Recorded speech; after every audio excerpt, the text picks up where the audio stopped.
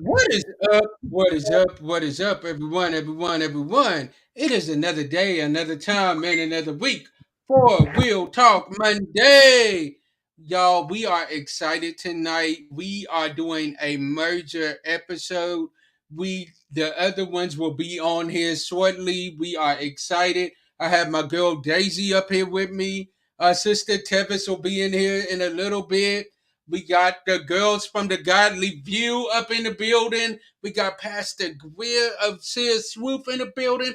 We got our girl Andrea in the building. We got Jessica up in the building as well. And we are excited. We are ready and we are hyped tonight. So let's go. Let's go. Let's go. Y'all, we are hyped for tonight's episode. We are ready, and we're gonna start it off with a little bit of the theme song. Let's go. What is up? What is up? What is up? Everyone, everyone. It is another day, another time, and another week for We'll Talk Monday.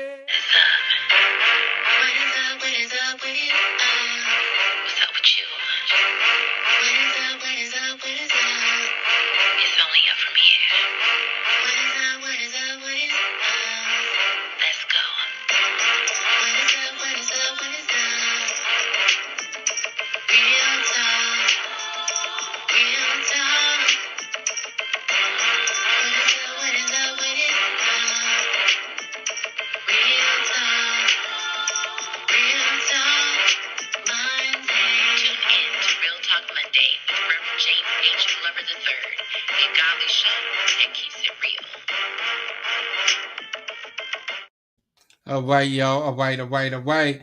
I will turn it over to my sisters at this time to let them introduce themselves as we go in, and as the other ones come in, we will let them introduce themselves as well. We'll start it off with Daisy since she is a part of Real Talk Monday crew. We'll start it off with her, and then we'll go in from there. Hey y'all, happy Monday. I know y'all see me last Monday.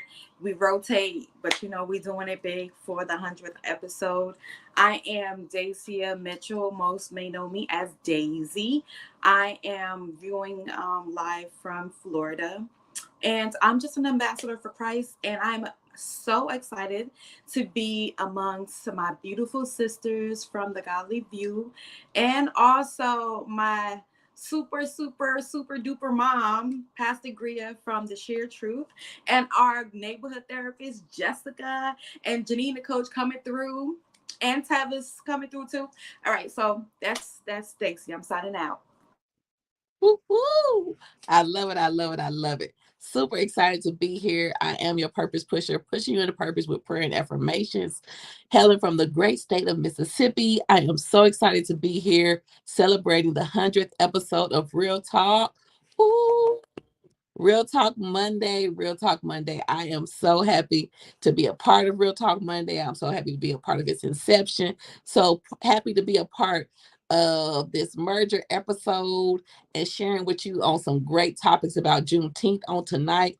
Remember, today is the day where some people got their freedom.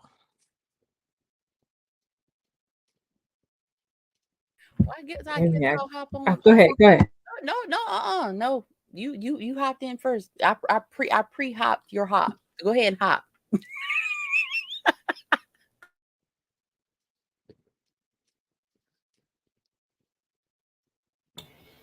Okay, you telling me to go ahead. Okay.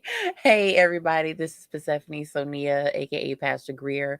You guys, today is a day of days, okay? Today is Juneteenth. Today is the 100th episode of Real Talk Monday. And today is also my birthday. I'm 37 today. Thank you. And I'm grateful that, my birthday falls on a day that is a day of freedom, a day of celebration. And I'm just so grateful for the Godly View, so grateful for Real Talk Monday, so grateful for the Sheer Truth, grateful for what God is doing for all of us individually and collectively. And just a fun fact, the official soda of Juneteenth is strawberry soda. So we gonna sip. Cheers. I champagne flute because we celebrating strawberry soda for freedom, Jesus. Okay, praise God. Hey Okay, everyone. hey y'all. This is Jessica Rogers, your neighborhood therapist. I'm out of Bowling Green, Kentucky. As the rest have said, I'm one of your sisters on the Godly View. Also excited to be here for the 100th episode. James has been doing his thing with all his Reverend GH3 ministry um, uh, Podcast. podcasts and all the things that he does. So very happy to celebrate with him. Yeah, and happy Juneteenth to everybody. Happy Day of Jubilee for our Black and Brown brothers and sisters out there.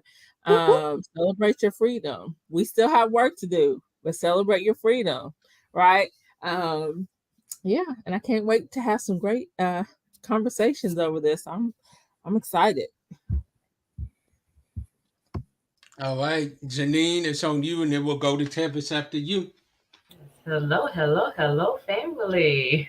I'm excited to see you all. Y'all looking all lovely. Listen, looking all good on the screen here. Listen, not just listen. I guess I'm just having all the feels today. Like you said, everything is just so beautiful today. And so, to me, this scene right here is a perfect representation of what today is about in more ways than one. And so, I love it. But hello, family. I am Janine Lamb, your favorite business coach, Kingdom Business Coach, coming to you with my lovely sisters. I'm part of the family of the Godly View. But you know how y'all know how we are. We all family. You know what I'm saying? So even though we here at the grand merger with Real Talk Monday and the Sheer Truth and all of these good things, but we are family in more ways than one. And so I'm excited to be here. Celebrating and honoring this day and all the other many amazing things, like my sister said, her birthday. Whoop whoop! Listen, team, how do you say, Greer gang? Great game. Greer gang.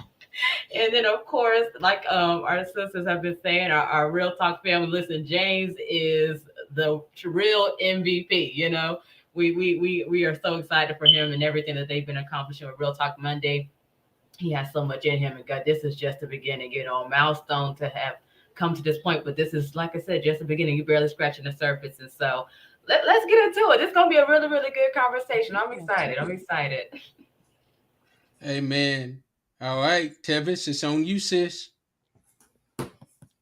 Hey everyone. I apologize for my tardiness. My brain was still stuck on 7 o'clock. So forgive me for that. I am super happy to be here. I was in the middle of doing the training, okay?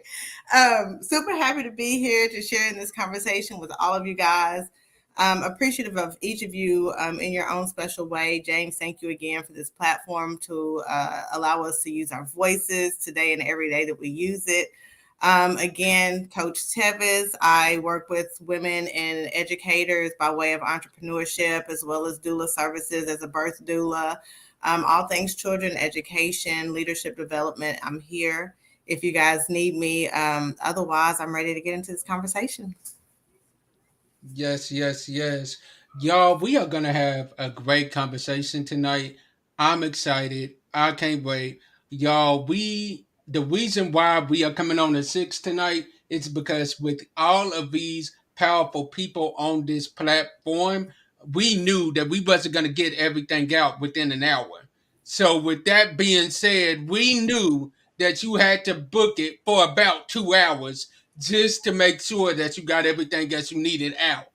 So we're gonna jump right in here, and we're gonna start off with the first question, which is discussing Juneteenth and talking about it. So the first question that we have, I'm gonna let Tevis go on and get us started with these questions. They are in the private chat, or um, Let's see. we'll Let's let her see go here. and get us started with these questions. Okay.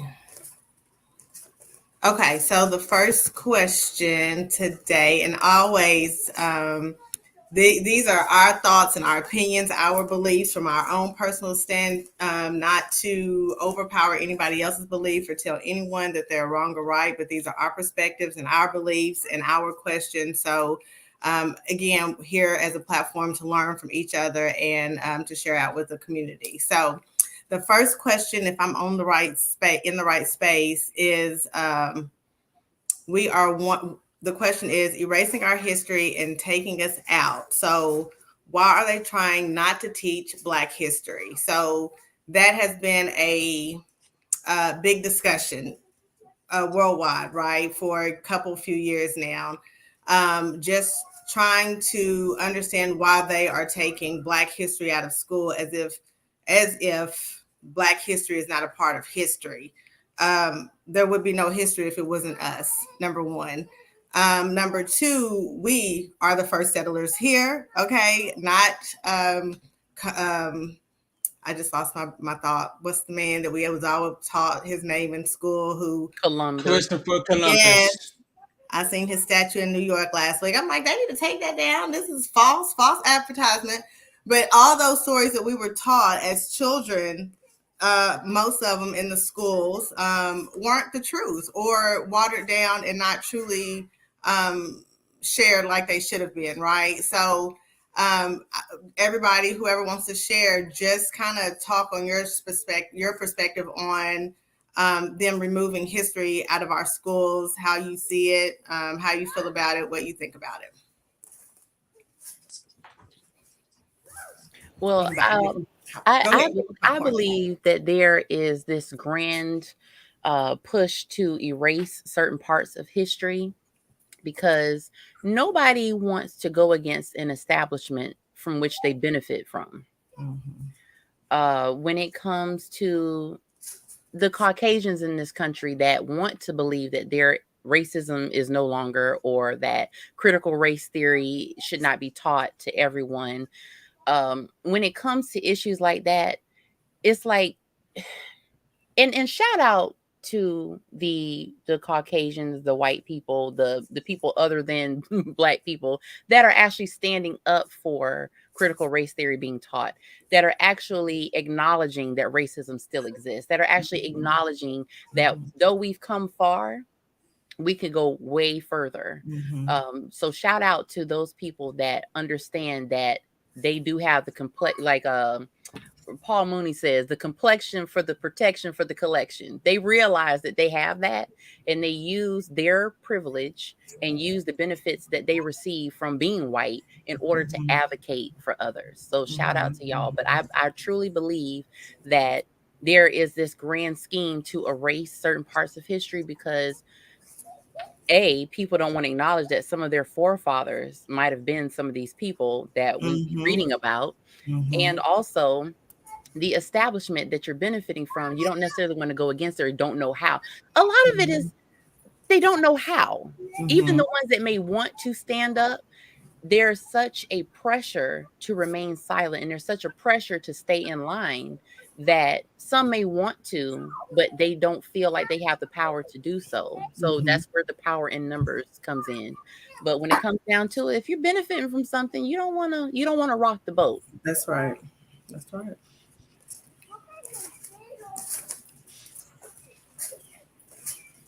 I think I one think thing. Go ahead. I think for me, what the problem is, in all honesty, they don't want them. They don't want to see themselves as the racist that their forefathers was. So what they want to do is erase history and erase racism by trying to take our history out of it, which if you're really honest about it and 100% with it, without us there would be no America. A lot of the things that they are looking at and that they enjoy was created by African Americans. They are quick to teach us about slavery. They will teach us about the civil rights movement, and they will teach us about Rosa Parks. But other than that, they don't want to teach us anything else. They stop right there. And then you even have the governor now of Florida that is even trying to get all history of African Americans taken out of these schools to make it look like we don't exist. Because the quickest way to kill a people off is to take away their knowledge. They said, it says in the word, that without knowledge the people shall perish. So the reason why a lot of us are perishing is because of lack of knowledge. We don't know where we came from. We think that we came out of we think that we forget about slavery and all of these other things, and they're quick to show us the few African Americans that have made it. They're quick to tell us about a Tyler Perry, a Jay Z, a Beyonce, or a Oprah Winfrey. But for all four of them, there's about 10 other African Americans that are struggling, trying to make it, while those four have all the money in the world that they can imagine. Well, So you that's know why they're that. trying to take our history away. Yeah, you're right. You can go ahead. Somebody else is going to talk. You can go ahead. I can wait. You go ahead. No, ma'am. No, ma'am. Because I'm writing down my thoughts. Go ahead. I was gonna say, I agree with everything that he said, but also too, I think that the taking away the knowledge is because when you kind of get enraged, you want to do something, right? Do something about it, and I think that's the thing that they don't want us to be empowered in certain ways, right? They don't want us to be empowered. And I think, and again, I think it even goes a little bit further than that. We saying we shouldn't have to worry about them teaching us because there's even if they That's put right. critical race theory in schools, it's still what they want us to know. So we got to go a little bit further and still do our own research and do our own fact checking and not just always be quick to believe what the school is teaching us because it is still something what they want us to know, That's right? right. I visited an African American museum on Memorial Weekend in Georgia, and um, it was a really good experience because they started our history back in Egypt. They didn't start us with slavery. He was like, we have to start seeing ourselves past That's slavery right. because that's where everybody wants to start. And if you watch the I think it was the Harriet Tubman movie. He was like, oh no, the African Queen King. Mm-hmm. She said you can't enslave a people who are already free in the mind, right? That's And right. so if you're already free, you can enslave my body, but my mind is free. But they found a way to also enslave the mind. And so if you can take the shackles off your mind by doing your own research and not just leaning on what I want to say what the powers that be want us to know, then we have an even better chance of rising up from where we are, because we have to empower ourselves. We can't always wait for somebody to empower us. We have to empower ourselves because we have the power within ourselves to be empowered. That's right. So that's my That's thought. right. That's right. Yeah, I mean, just again, agreeing with everything that you guys said or have been saying, and just to piggyback on James, when you was like, they talk about slavery, Rosa Parks, Dr. King, Malcolm X, right? Those are the people that we hear about growing up in history. If my father wasn't the man that he is or was, I probably would have not known a lot about my Black history, but because of who he is, that was just something that we always grew up knowing. When I was facing racial disparity, like in middle school, I was the voice, right? I was the person that talked. It was so bad that it was a white divide and a Black divide, and we had Tevis talking for the black, culture, and then someone talking to the white culture. The same thing even happened when I was in high school. But that's because people knew that I knew my history. I'm not saying that I know it to a T because I'm still learning every day, but at that time, I kind of knew more than some of the others knew, right? So empowering starts from our people, our family, our friends, our ancestors, storytelling, right? All of that plays a part. And Jessica, you took the words right out of my mouth. I was like, we feel like we started in slavery. Our kids, our people, our generations thinks that's where we started. There's life 19th and 20th century. There's Black Asians that's been around since the 19th and 20th century, right? We think Asians are just what we see them as today, not the mixed race Asians, but there are Black Asians in the world that's been here since the 19th and 20th century. America is Black. Why do you think that they are trying to stop women from having abortions, not because it's black women having abortions, because white women are having abortions at a higher rate, which is stopping their culture from continuing on, right? Fear that the race is going to be predominantly black or of color in the next 50 years, right? Which it could probably be, which whatever, it's fine, right? However, it's so much deeper than just the surface, just what we are seeing. And as we were talking in our chat earlier about when I was reading, and it was saying how the three states with the highest population of blacks, Texas, Georgia, and Florida, are the three states that are stopping Black history in the schools, stopping the teaching. But then this other states that are teaching it, I'm looking at my notes and I'll find it in a minute. The other states are predominantly white states that have very few blacks, but they honor the Black history, right? Like Jessica was saying, it's all about where the power is, right? Yes, if we work together, we are a force. That is a fear for them. They know that when we can stand together and conquer and divide, nobody can stand up against us. Those are facts, right? And that's a fear. So what are they doing? They kind of start from the bottom and wiping us out from the violence, from the drugs, right? Bringing them into our community. Now in our Black history for this new generation of children who could be considered as lost kids because of the lack thereof that they're getting, right? So it is just it's a snowball effect, right? It's a snowball effect. So yeah. Look at where they place buy here, pay here. Look at where they place cash advance places. They're strategically placed in areas of higher minority because it is meant to keep you in a cycle. That's right. And so if you cannot get out of that cycle, then you can't see past what you're in. Mm-hmm. And so I tell you, like it's a whole strategic thing. And that's why, that gentrification happens. They know that property value they don't let people move in. If you go back to like in California, they started letting families move into California, into Compton. I was like, okay, we'll let them move in. All white folks move out. We'll let them tear it down. And then they'll start gentrifying it again, and then having it drive property values up and have people move out. And so we have to play chess, not checkers. We have to play the long game, and it starts by educating our families about money, about about God, about money, who we are as a people, our power, and everything, so we can get it together. That's why I think a lot of stuff started changing during COVID, because we actually were banding together to create change. And if you notice, a lot of those shows that they had on, like the Black lawyer who came from jail, they canceled those shows. They canceled a lot of the shows who had strong Black figures as heads right after COVID. Yeah. Because they were picking up, but again, what image was it showing? Yeah.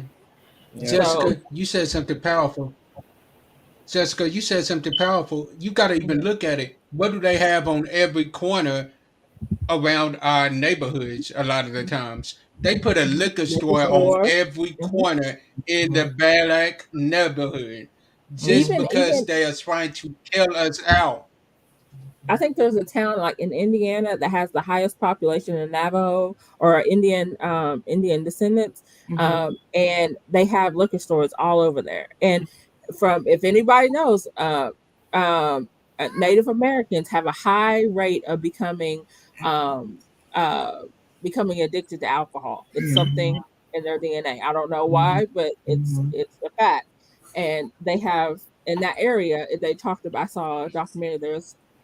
That's all you see a lot in the town is a lot of liquor stores. But again, it's meant to keep people stuck. Yeah. So okay, I'm done talking. That is a great point that you brought up too, and also Jessica, when you were talking about the placement of different things in the communities, I remember I was watching a video where they were talking about the creation of low income housing, and the reason why it's called the projects is because it was literally a project of the government. They did different studies to find that when they first did these studies with rats. And they put them on top of each other. They put them in close quarters, which is what the projects are. Everybody in close quarters. And they found that they did two things. They fought and they procreated. They fought and they procreated. The more they fought, the more they procreated. The more they procreated, the more they fought. And that's what's happening to people. I for one I lived in the projects the majority of my life, either the projects or in Section 8 housing, which is like a graduated version of the projects, because the housing is set up that way where you can only go in certain neighborhoods, and there's discrimination even in instances where it's supposed to be a gateway to get out. Yeah. And this is why a lot of people don't get out. A lot of people It's don't not a take those gateway. opportunities. They trying to keep you held back. Exactly. What is seen as a gateway, because some people just see it as, oh, we're just going to do this and this is what we're going to do for the rest of our lives. It's not intended to be somewhere where you stay, but they know that certain people's minds don't go beyond what they can see. That's why representation is so important. That's why it's important to teach these things in the home, because they're not being taught. Why would they? We have to ask that question. Why would they? We're mad that they don't, but why would they? Because it would only benefit them for us to remain uneducated and unknowledgeable about the things that are going on, the things that have gone on and the things that are going on. The only way for things to change is for us to come together and change the narrative, for us to come together and teach our children, for us to come together and decide that we're not going to be crabs in a barrel. That is only benefiting the agenda of the oppressor. And the oppressor only has power when we give it to them. With education, with knowledge, all of those things come together. That's how we're able to move past these things. But we have to know where it started. Yeah. Yeah. I think the one thing that we continue to point out is that this big emergence of critical race theory is coming to us because we have started to understand who we are as Black people.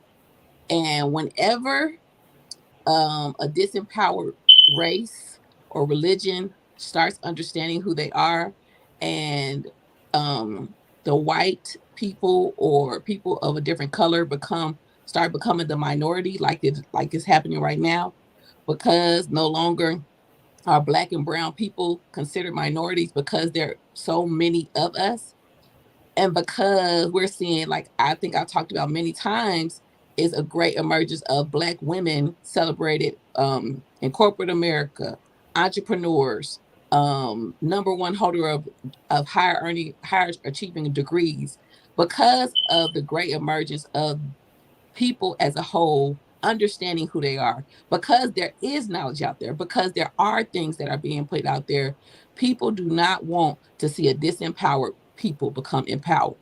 So Yeah. what do we do as people? I think that's where this conversation is leading to, is how can we show up for our Black and brown brothers and sisters, and how can we continue to empower? Platforms like this are great in theory. However, the action behind it needs to start in our own homes. We need to be empowering our children and letting them know that it doesn't matter what they teach you at school. Here, I'm going to teach you more than what you'll ever learn at school. Yeah. We need to have like group discussions. We need to have days where we come together, as whether it's virtually, whether it's in person, wherever, where we are just coming, not just to come together just to talk about things, but to set policies and procedures in place for our families as wholes. Like, we're not just doing it with just one family, but we're doing it with communities. We're doing it with states. We're doing it with countries, and we're going beyond from where we are to where the people are. Can I say something? That reminds me of something your guest, when we talked about on Saturday with your dad, just kind of even taking that further, he looked at you guys as his children. He said, I had to realize I was raising 4 families, right? And so I think that if we can, a lot of people, I know I'm a big picture person, and some people aren't like that. But if you see the big picture, like outside of, okay, I have 4 kids. These are 4 families. Now, this is 4 families of knowledge of carrying on what I want to see an empowered person look like, right? And so I think if we can also, as a community, see the bigger picture of, it's not just about getting reparations or getting money, because honestly, yes, they're starting to talk about that, but it's still not going to match what we said we want owed, right? But if we can band together, band as a community and band our dollars together, we'll have that. We'll have what we are owed, but we will pay it to ourselves, right? And so seeing ourselves as the bigger picture, not just you and I, right? Seeing ourselves as a whole. As a nation. Come on, somebody. Yeah. Yes, goodness. We gotta see ourselves bigger. I like that. Okay, I'm sorry. Go ahead, Janine. Well, I guess, listen, everybody's been saying some amazing things. Listen, thank you all for tuning in and for time, I see everybody in the comments. And listen, this is a very, very big topic and conversation. Everything you've heard the ladies share so far and just everything that we're discussing on today. And for those who may be tuning in just now or joining in with us, we're talking about, of course, this is Juneteenth. Today's Juneteenth, and we're just kind of discussing how there's been this big push to erase Black history from curriculum, from schools, just being able to teach our history.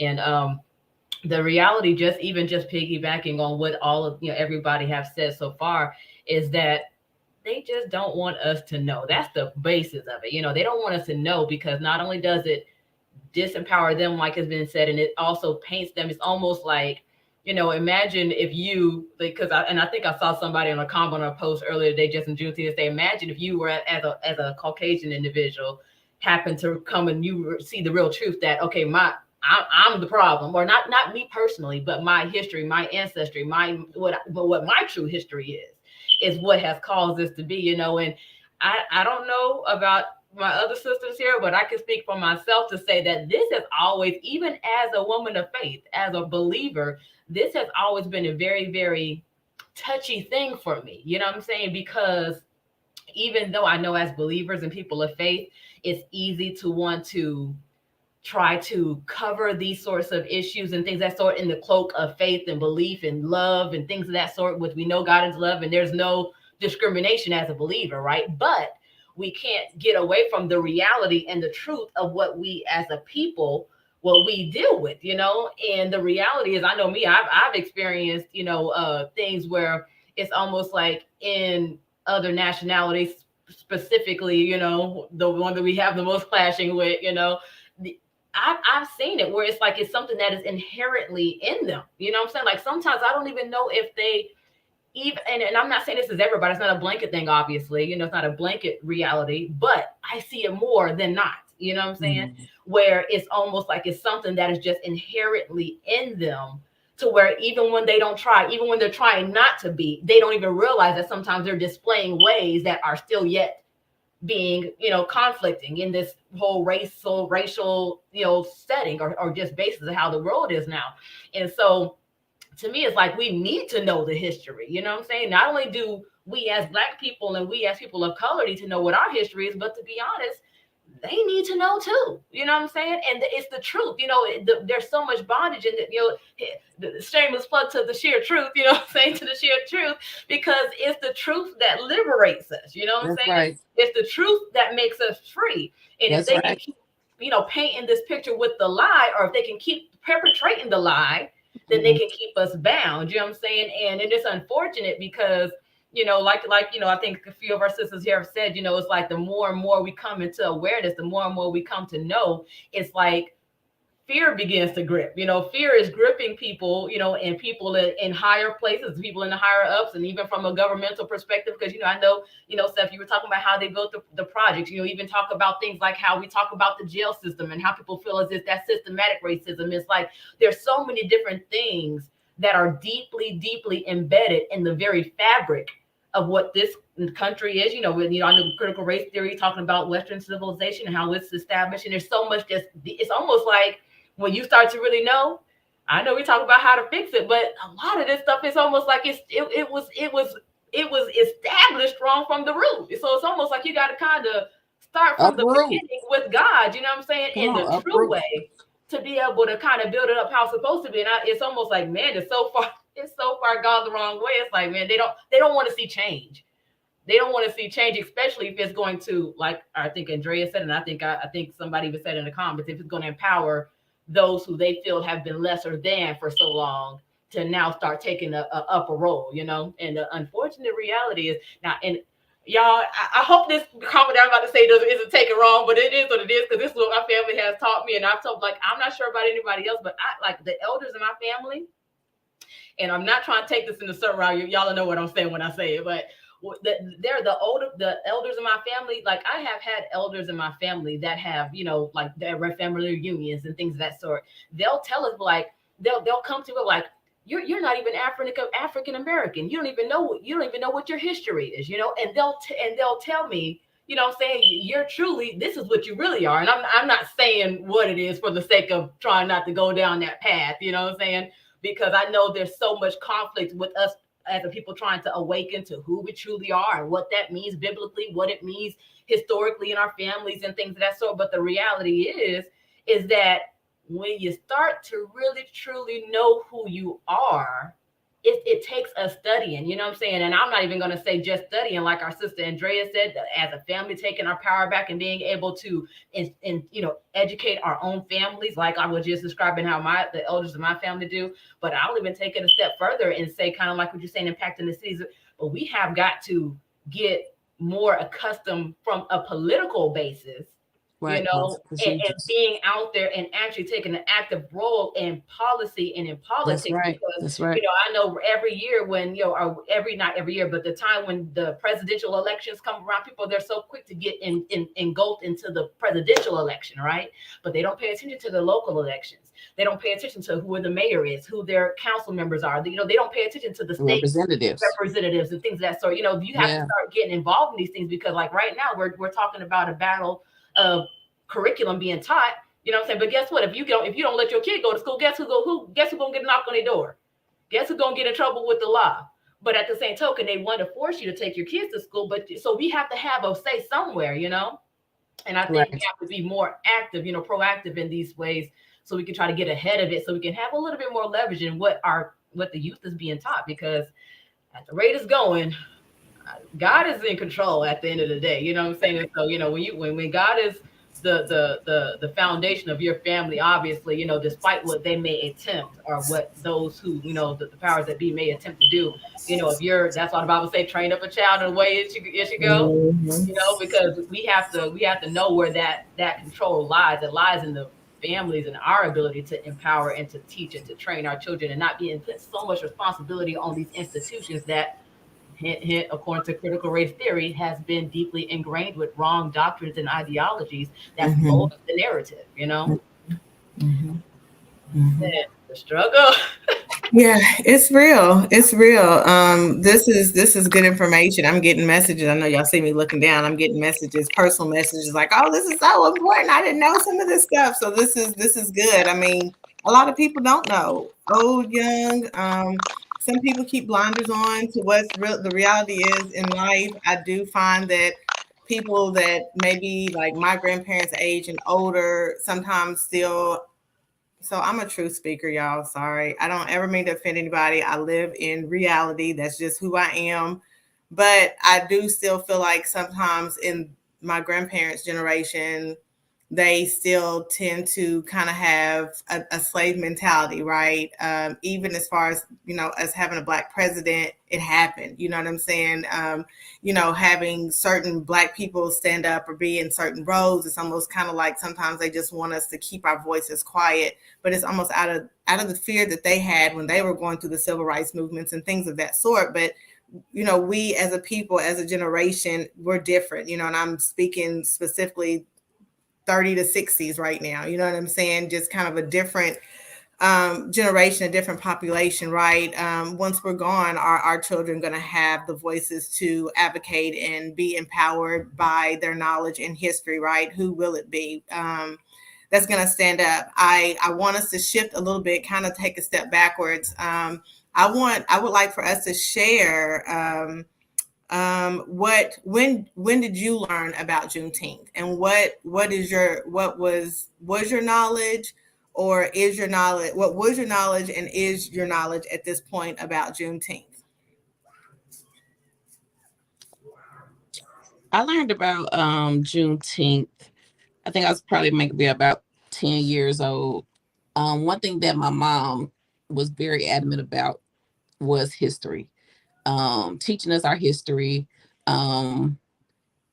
even even with our physical bodies, like she was very, very, very in tune with wanting us to know and be knowledgeable, and not just know to have knowledge, but know to apply so we could obtain wisdom. So I was about 10 years old. We went to an actual Juneteenth celebration, and this was the time. So the people who did Kwanzaa, because that's when I was like, learning about a whole lot of stuff. The people who did Kwanzaa also did Juneteenth celebration in California, and basically they were saying how they didn't believe in the 4th of July, and how that we have to celebrate our true freedom as Black people. So that was my first, like, really, really jarring interruption of, like, okay, hold on, what you mean by that? So it was kind of like a pause for me as a 10-year-old, feeling like, okay, I thought this was our, day of freedom. He's like, no, Juneteenth was for Black people, a couple of years after everything else. So that was my first acknowledgement into it. And I think even now with the broader, I don't think this was part of your question, but I'm gonna add this little bit to it. But even now with the broader scope of Juneteenth being placed on as a federal holiday, in I believe 2021, and then actually 2021, and then actually signed in 2022, and then signed in other places this year. So I think with everything that's coming forth about Juneteenth, I think it gives so much awareness to Black people, and it gives us not only awareness to know who we are, but also something to be proud about, because of how they celebrated, how they, made it a big hoorah. Like, a lot of times I think we are always grieving as Black people, but this is our moment to actually celebrate. And we spend years of grieving and not years of celebration. We spend years of mourning, but not years of celebration. And I think the one thing that I love about Juneteenth is it's jubilee, it's freedom. All these different words that come forth when you think of Juneteenth. And I'm just so happy to be a part of a family where, it was celebrated and we knew a lot about it.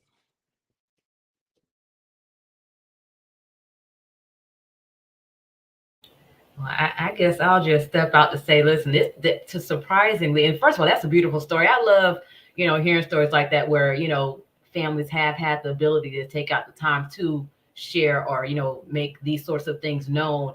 I actually was on the opposite end of that type of a scenario where, listen, I just literally found out about this thing. What has been a couple of years, a few years or so since it's all been big talk and started to be a thing that's being celebrated.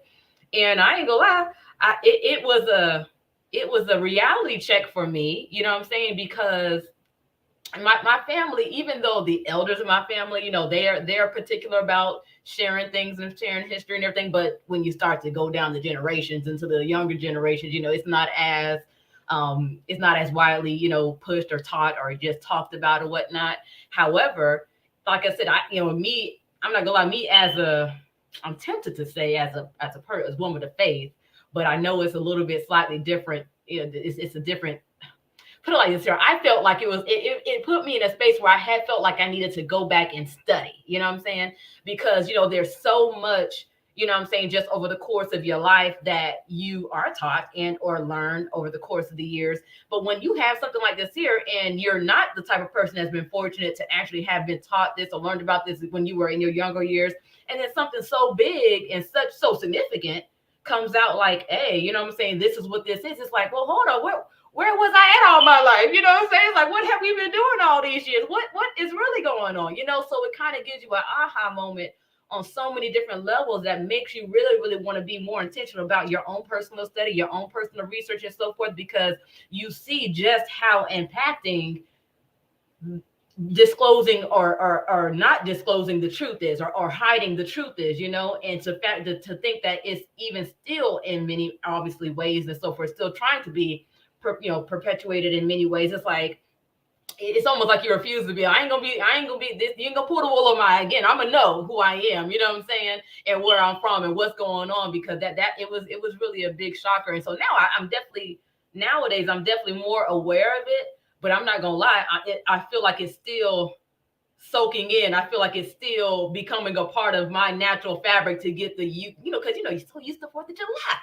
And I'm like, and I feel conflicted about 4th of July now, where I'm like, well, do I celebrate it? Do I not celebrate it? Man, I'm gonna go give me some fireworks today. You know what I'm saying?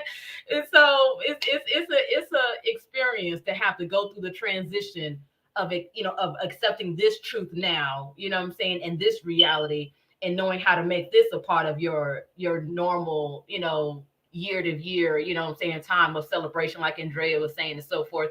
And I'm not gonna lie, even it makes you want to dig even deeper, to kind of see, because obviously we know, just like I think it was Seth or whichever one of our sisters here was saying, even though this is a day of celebration and a significant time of our history, but like we said, our history doesn't even begin there.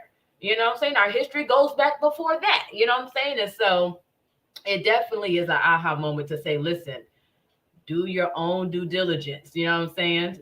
How the Bible says, why is the scripture in my mind? It says, study to show yourself approved, And I know we always think about that in light of the scriptures and biblically, but I think that's the case in all of life. We need to be a studier of the things that involve us for our own self, to be approved, knowing how to rightly divide things, knowing when something's being pulled over our eyes, and just in all areas of life. And so, yeah, it's been a doozy. Well, for me, I found out about Juneteenth during COVID. I think when we were coming 2020 or something like that. And I think COVID really exposed a lot. And I know when it first started becoming a thing here in Florida, because we had a whole blackout sale, meaning black owned businesses, where we went to a big market, the amphitheater. I'm sure Janine know about it here, the amphitheater down here in West Palm. It was nothing but small black owned business. And our goal was at that time was, let's not support 4th of July. As we learn about what Juneteenth was, we weren't going to do fireworks. So when Juneteenth came, we were all out there supporting each other, really buying each other things and so forth, posting it. We weren't going to spend any money on 4th of July. It did not stand. And I think that's the problem. Not like I hate the division, and that's what it's causing, in some sense, right? But our Caucasian, because that's where 4th of July comes up, and so forth, they're going to stick together and they're going to follow through. And so when we all out there, the hype of us talking and getting excited, and I'm like, wow, we didn't know that this was history back in Texas. I researched it. Each year I'm learning more and more on my own. I can't rely on nobody else to teach me but our own. And what it did was also woke up something in me to not put my knowledge and my wisdom in society, in the school, or in the president or anybody else, because I was really disappointed in myself that I didn't know anything about Juneteenth until I researched. And I'm like, back in 1880 in Texas, slavery was set free back then, and it became a thing now. And so it's funny, but not in a way where it's laughable, if I must say, because we were like, where's the fireworks? The first year where we really celebrated, where the news made a thing about it, we were like, why y'all didn't do fireworks like they do for 4th of July? And even the year after that, and this year, we're like, are we gonna do 4th of July? So it's just, it's cool to see the bunch that's trying to walk into it, step into what it is, and research on their own.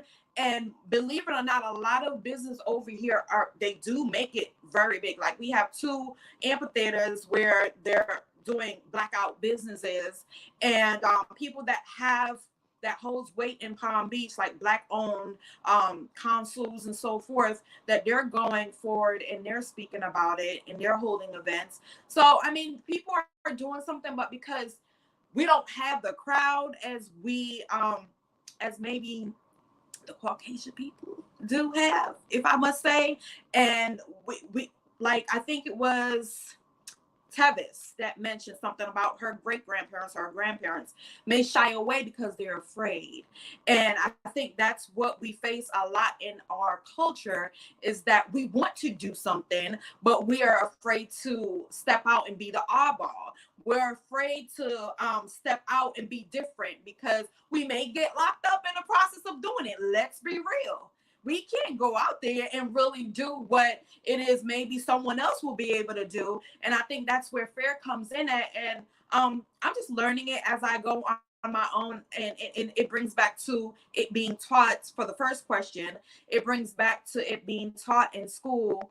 And I believe a bunch of you guys said that we can't rely on the school system to teach us anything. Like, this is why it's so important for us to be present parents and to be hands-on, because the education system in a whole right now is really being torn down. Even aside from, Black history being taught and so forth in our culture, it's really being, a lot of teachers are being, especially in Florida, are tired. They're tapping out. They're changing their fields. So it got to start from home. We can't keep putting the responsibility on society to teach. Yes, we want to know the knowledge for ourselves. We want to research it for ourselves, so we gain the knowledge and the wisdom so we can go out and apply it where it needs to be applied. And once we apply it out there, not in the home, we learn it not to keep it for ourselves, but we learn and gain the knowledge so we can go out. And if we got to go on the streets, if we got to go stand at the courthouse or something and speak, I take it back to Martin Luther King, like whatever we got to do to stand forth and go forward, to break a cycle, to break the pattern. The root is where, like, the question is really, honestly, when I researched, they were released out of prison and from slavery in Texas. I believe the date was 1880. The question is, why are we still here today? That's what the question really should be.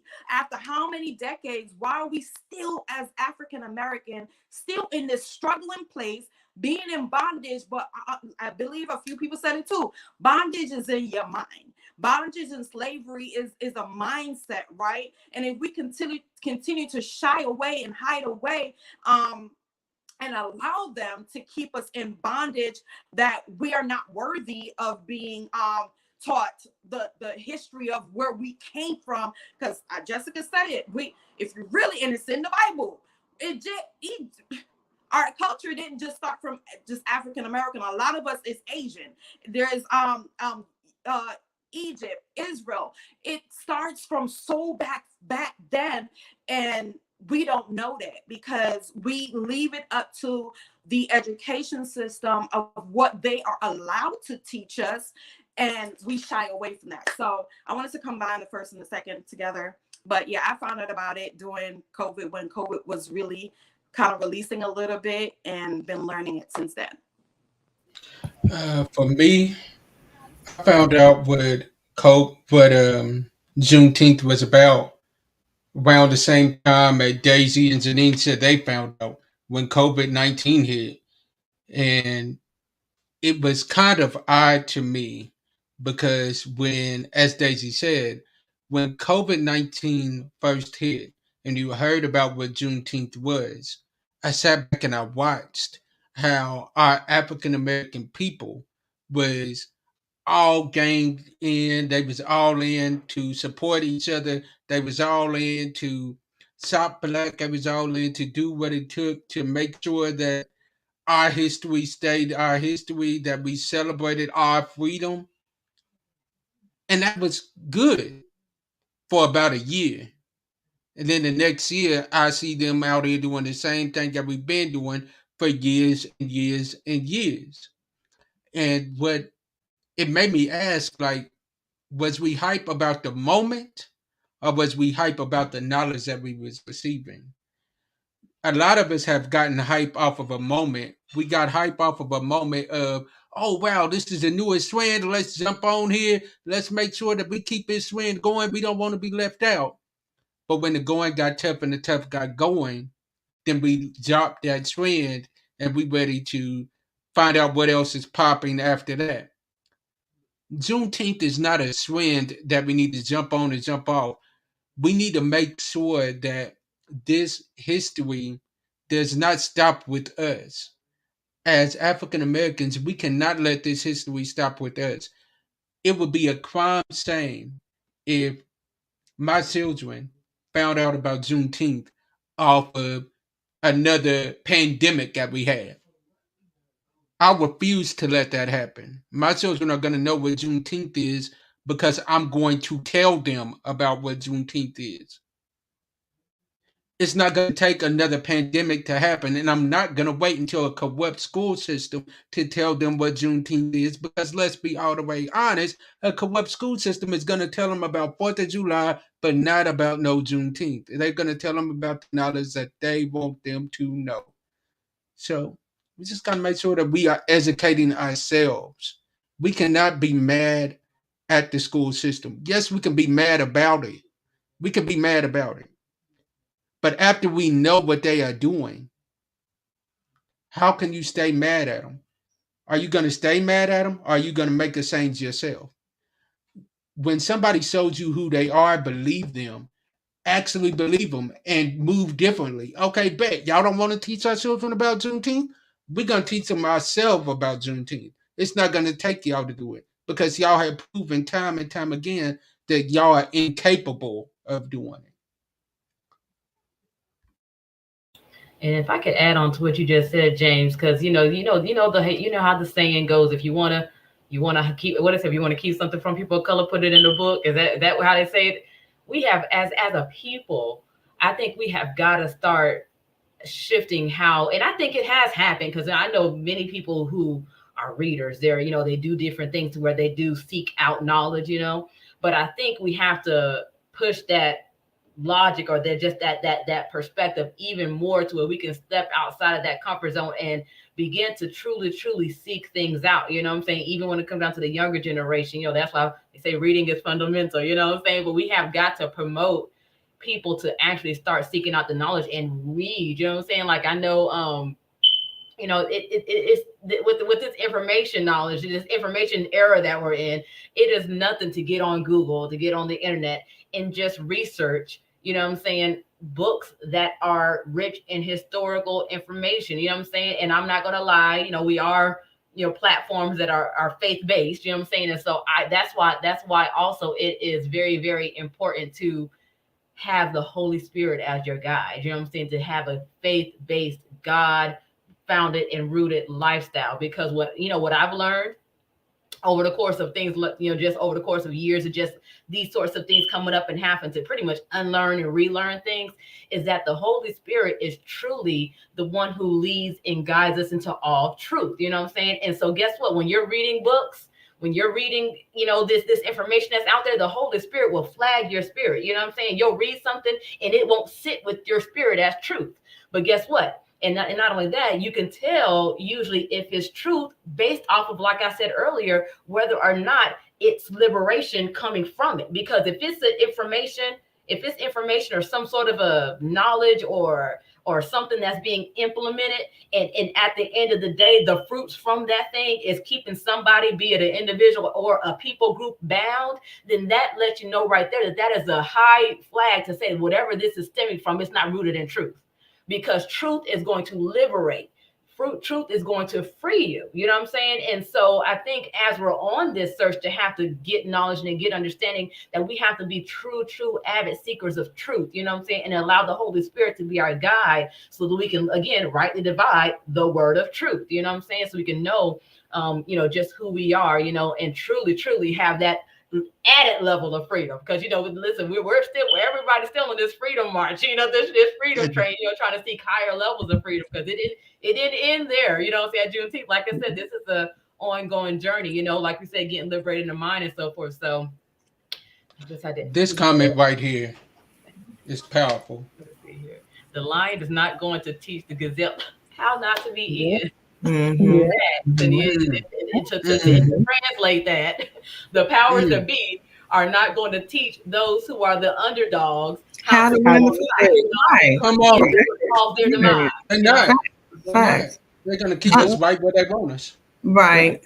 James, go ahead. I was going to let us all respond to this. Go ahead and respond to or check out some more of the comments, because I definitely want our watchers to know that we're going to interact with them.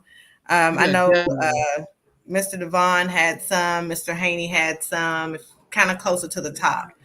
May not be much for us to respond to, more so just to speak it out into existence. Yeah, that's true. Support That's a good one. HBCUs. Yes, indeed. Yeah, JSU, yeah. HBCU. Love them out. Yes. Got my degree That's finally. right. Historically black. But I will answer your question. Oh, sorry. Not enough of us come together to begin to create change. That's Okay. something that we That have one right there. within. Discuss within. Look how quickly the LGBT community had their issues addressed. They understand strength in numbers. Strength That's in right. Mm. numbers. And they did it with no fear. And if they Right. had fear, they didn't let it come out, They, right? They they did stood it their Yeah. ground afraid. and They went did it afraid. anyway, Yeah. for sure, Yeah. for sure. Mhm. Let's look at Mr. Haney. They are stoking fear about the great replacement theory in order to try to remove all that we have endured and brainwashing kids of nowadays to think that we are trying to make them feel guilty about who they are, but we are Yeah. trying to enlighten them to know that wasn't right then and it doesn't need to happen again. That's That right. part. Mm. That That Yeah. part, part. That Amen. part. Yeah. the entire Amen. part. Answer, Yeah. well, to answer your question, Tevis, I'm the same with Janine and Pastor and all them. I didn't know. I think I didn't. I may have known, but I knew about 8th of August before I knew about Juneteenth. Me And too. when I found out about 8th of August, they were telling me, "Oh, so the day that the slaves knew they were free in Kentucky." I said, "Okay," but they always said it was. We found out, but they never had a name for that day. So Right. I really didn't know the name of Juneteenth, but I think I inherently knew about it Right. just because of 8th of August. Yeah. And for everybody that doesn't know, I expressed in the group earlier, but 8th of August for us in Kentucky is the day we found out 19 days after the proclamation of Juneteenth happened in Kentucky that slaves in Kentucky were free. So that was the Right. day that it met Kentucky. So we also celebrate Yeah. 8th of August here. Yeah. And that was same with me, Jessica. And I think I was probably in high school when I started being able to go to Russellville for 8th of August events. Yeah. And so I didn't, again, connect it with Juneteenth, right? However, I did learn about Juneteenth prior to the pandemic. I've known about it for some years, right? But definitely not when I found out about 8th of August. I know that when I was doing some of my reading, about the freedom in Texas. I think it was like 1865. And even still, I want to say some of the Union troops, right, had to pretty much go to, I think, Galveston and say that these people are free because a lot of the slaveholders were not still wanting to release the slaves, right? Still wanted them to have free labor. And, oftentimes we hear that when the slaves were freed, that they ran around like chickens with their heads cut off, got in trouble and had to rob and steal. And some of them probably did. Don't get me wrong. Some of them probably did because they had to survive. That was the way. But in that survival mode, they did get locked back up or locked up, go to prison. But really, prison was going back into slavery, right? To raise crops and all the things that they were doing when they were enslaved. But that wasn't it. That's what we've always heard.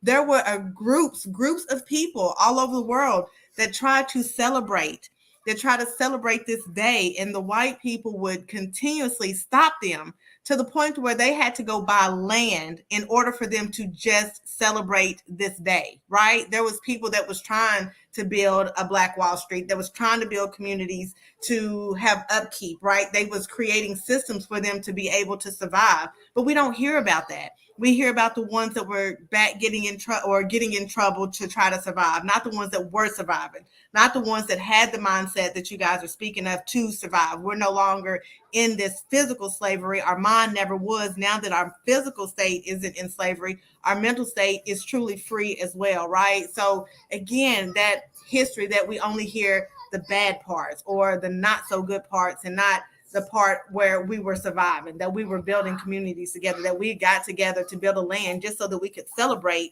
this day. You know what I'm saying? So I think it's important. I'm sorry if I got my windows open, so I'm sorry if y'all hear the kids outside playing. But anyway, I think it's important to understand that it wasn't just the the people that were getting in trouble and having to go back into slavery. There was truly communities of people that were doing well. And I think the park in Texas that was originally bought by slaves for celebration is called Emancipation Park. I think it's still standing, but I think that's just something worth noting, Emancipation something Park that's in important. Houston. That's important to know for sure. I think everybody answered that question. I want to The jump next, go ahead. in. No, you didn't. Go ahead. Go Pastor ahead. Greer. Well, the funny thing is, I also was one of those ones that was fairly ignorant to the whole Juneteenth meaning and behind, the significance of the date and everything. I also began to be more informed in the last few years. I had heard Juneteenth, the word sprinkled around, but never really knew what it meant. And it's so funny how when you start to really your eyes start to become open to things, you start seeking out information versus waiting for information to be supplied to you. And I think that that's something that those of us in this group here that have learned about it in later years, we've been able to recognize that we have the power to go seek out that information, because there's a whole world out there of information that we don't know, and we'll never know everything. So our whole lives should be spent expanding our and broadening our knowledge about not just Juneteenth, but everything concerning our culture and other cultures, because not knowing is the majority of the problem. Once you know, then we can get together and decide, okay, how are we going to do this? How are we going to get this together? And the whole thing of how do we celebrate? I was finding out some stuff even last night. That's why I have the strawberry soda, because it's the unofficial official soda of Juneteenth, and eating foods that are red in color, Yes. and wearing red and doing different things like that to represent the blood that was shed over the entirety of slavery. So yeah, and for us to be able to even admit that we didn't know, Yeah. and that's a Oh step. yeah, That that's gives, power though. yeah, that gives other Mhm, people mhm, because sometimes people make you feel bad if you don't know something, mhm, and then it kind of makes you not want to seek out, because it's almost like you're afraid to find out what all you mhm, don't know. mhm, But mhm. let this be a challenge for all of us to Right. continue to seek out information and seek out those things that we haven't, previously been concerned about, because there's Mhm. so much going on that it's Yeah. So hard to many kind stories. of sometimes go backwards, but we have to. So, Can I Mhm. say one thing? Um, I think with us liberating ourselves in this moment, there is also freedom. Mhm. And not just, and I want to speak to something James said, because for me and for where I am, like it hasn't just been a trend. Mhm. It has been something that's remained constant. And even the celebration Mhm. on today, Saturday, Friday, like it has remained. And that's one thing that I think sometimes we give so much notice to, like what people aren't doing, we don't celebrate what they are doing. Mhm. And I just want to just put a plug out there. In every city, in every state, there is somebody celebrating. Mhm. If you go into your Facebook events, if you go into your events in your state, you Mhm. will see celebrations. This is not just something that's fading away. This is Mhm. something that's remaining, and this is something that is going to stay. Say, I agree. I agree.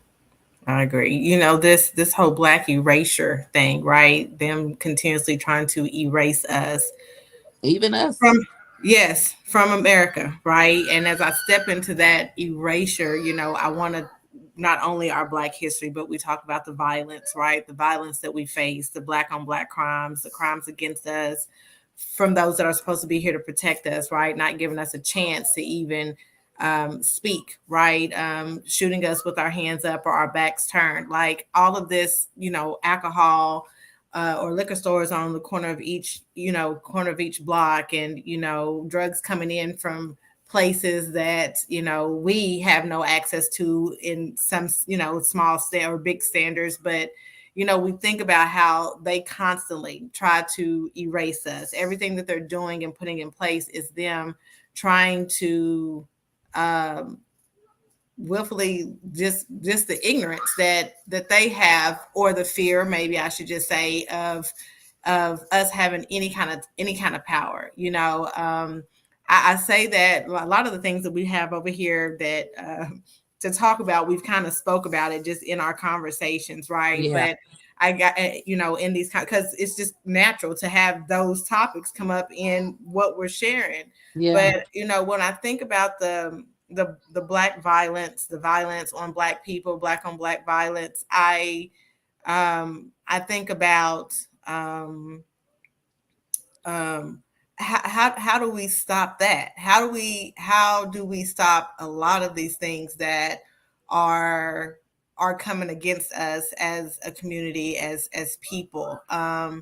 What do we do, right? And I oftentimes think, not to put this all on black people that are directly in politics or that are lawyers, but like, who opens that door to stand in the gap to help change these policies, to help change the laws and how things are now, right? Where does that really start? I oftentimes think about that, right? And I'm like, maybe if I could reach out to people that I know that are lawyers, like, why aren't you, what can we do to help you? Is there a fear that you have to step out, because is your job in jeopardy, right? And I guess really what I'm asking is, really, where do we start?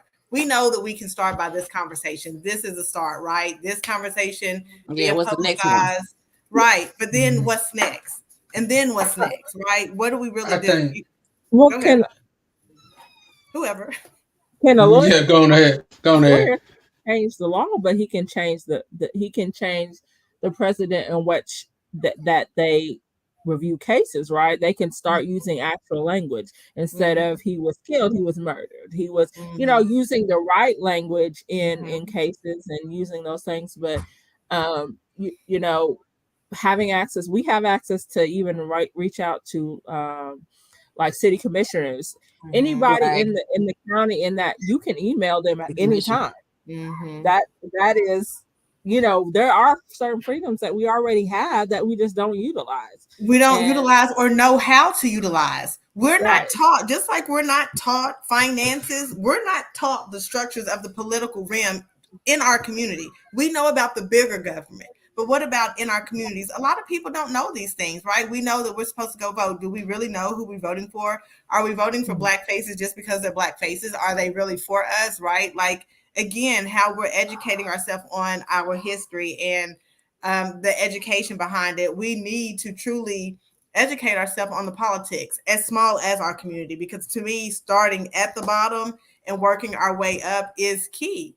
I was Go ahead. Go ahead. I was gonna say, well, even just getting involved in NAACP, I know, everybody got their own thoughts about that. I know. We Okay, like it but NAACP. Go ahead. but NAACP good. I'm just They saying, good. like, They good. if They you good. if you if you Everybody got a can little get bad about involved and even just go to some of the just go to meetings and get the bylaws and everything, there is so much that you can learn just by That's that, true. That's and true. how things can change. Mm-hmm. And so it's, even if you don't all the way agree, you don't have to like everything, but Right. if you want to find a Get the way how you can knowledge. help it, and say, okay, I'm going to branch off from that, but get with the people that are already, the organizations that are already built, Mm-hmm. to learn more of what, maybe, okay, I can't do it with them, but I can do this on my own, whatever. Mm-hmm. Mm-hmm. I'm just saying.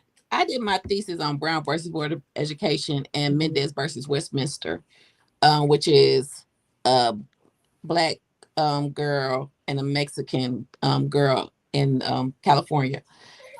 So those two different cases were built on each other.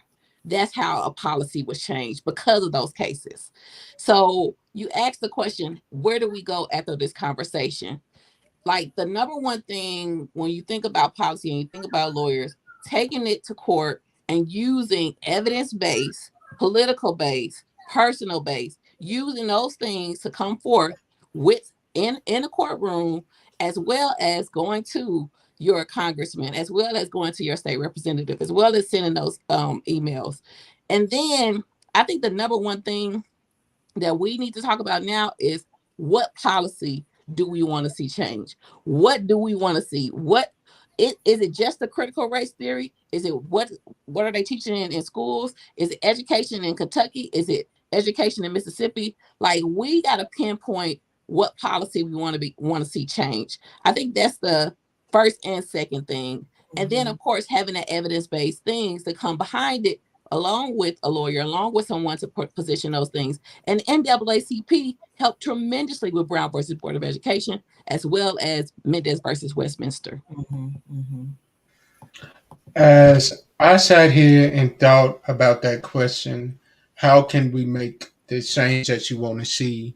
I immediately went back and I started thinking about our forefathers who went through all of the situations that they went through with injustice, through the civil rights movement, through being everything that they went through.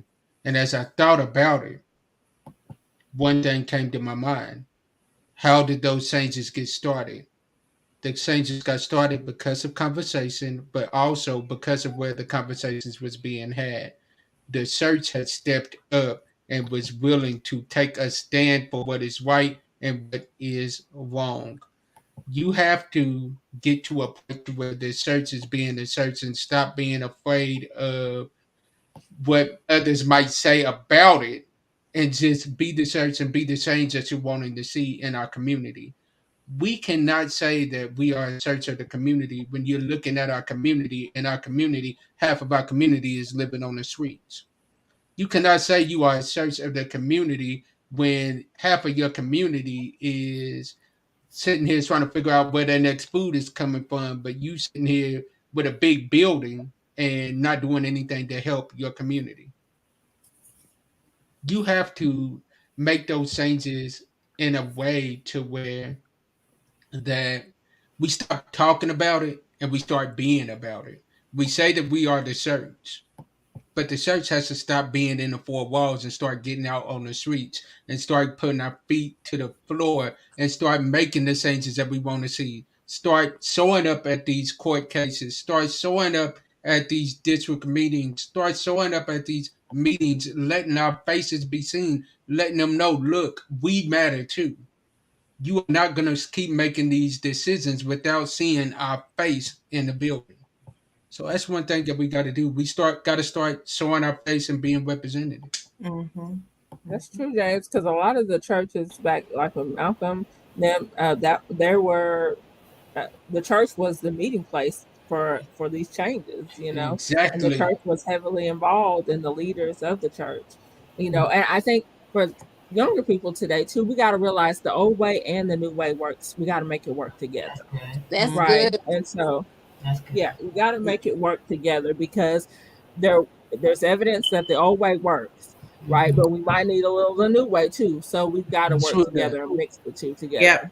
And That is that's in every aspect, just even in the workforce, that it used to be like when I was coming through college, people would say, once you get a certain age, people aren't going to want to hire you. Well, I'm finding that to not be all the way true, because although there's still older people in the workplace, this new generation need some type of structure or respect or obedience or task, something from some of these people in the older that's in the older generations, right? So just like the older generation can learn from some of the younger generation can learn from the older in every aspect, right? Especially if we are still able mind, able body, willing and able. I think being able to come together is so important. And I think my personal opinion too is a lot of the churches are fearful of destruction, fearful that harm is going to come. And people have a right. God doesn't give us a spirit of fear.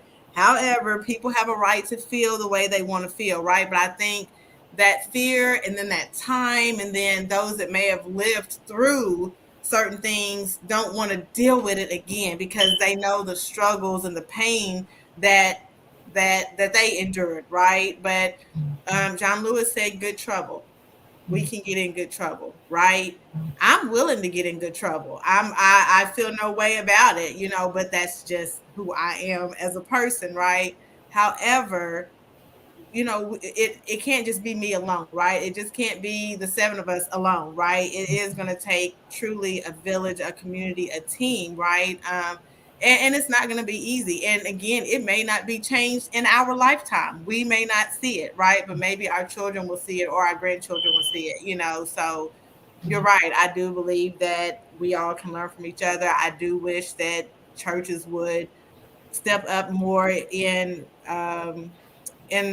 communities, and especially smaller communities, and be a force with those who are going to support them. Most naturally you see young people have a certain kind of love and respect for our elders or our senior people, but sometimes our elders and senior people have a fear of the younger people because of how they move and how they act, right? But I think that gap needs to be closed. And how does that gap get closed? Communication. And how do we bring that communication together? If we can't get together and be brought together in church, in our safe place, right? Then how else can we come together? So it can I got a happen. question. Hmm. Do you think this generation sees church as a safe place? I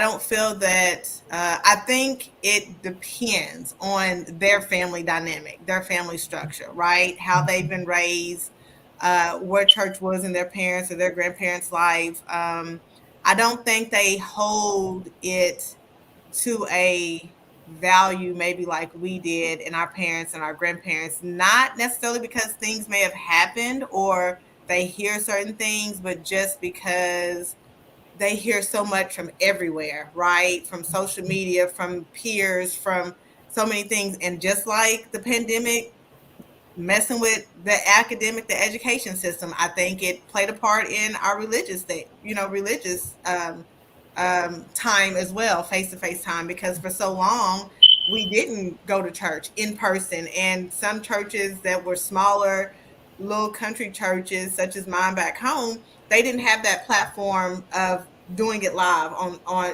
live streaming, right? So then you really lose members, right? You lose your children, you lose people. So I don't know that they think of it. I don't know what they think of it as. Honestly, I think that they know. I'm gonna speak from my perspective. My daughter knows the Lord. She loves the Lord. She knows that church is what she has to do as long as she's in my home. And I pray that she will continue to do it when she leaves my home. And if she strays away for a while, I pray that she knows how to come back to it. Do I feel like I have created a foundation for her? Of course, since she was in the womb, right? But do I feel like she feels like some Sundays she's like, Mom, can we just go virtual?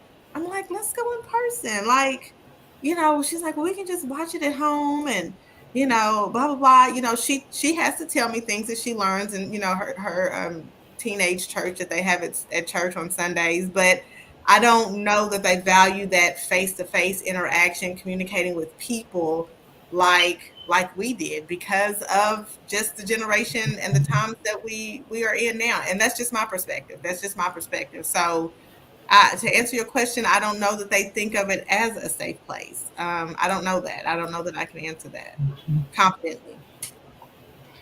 But if I could piggyback on everything that you all have said, just in this setting, with the whole premise of things that can be done to kind of address these sorts of things, because every first of all, every point that I've heard made so far are good points, but I think that's kind of sometimes from a more broader picture, big picture perspective, sometimes what becomes a little overwhelming for the one specific individual or on an individual basis, because I'm not gonna lie, there's so much that can be done, individual acts, individual deeds, collective acts, collective deeds, and so forth. But I think where we lack from a more broader picture, again, as a people, is strategy. You know what I'm saying? Because the reality is that it's not a one pronged approach that will really truly try to render change.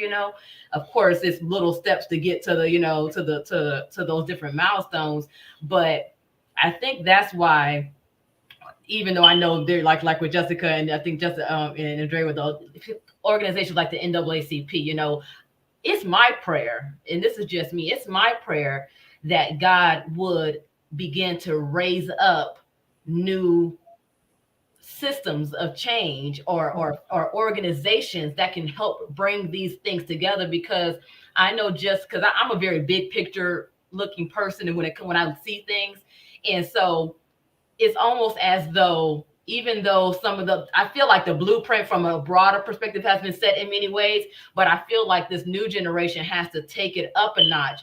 And wherein you see organizations like the NAACP come together and do a lot of the different things that they do, the movements and so forth. I think it needs to be a uniting and a coming together, to where it won't be just I know, like, okay, double it. You know what I'm trying to say? A little tongue twister.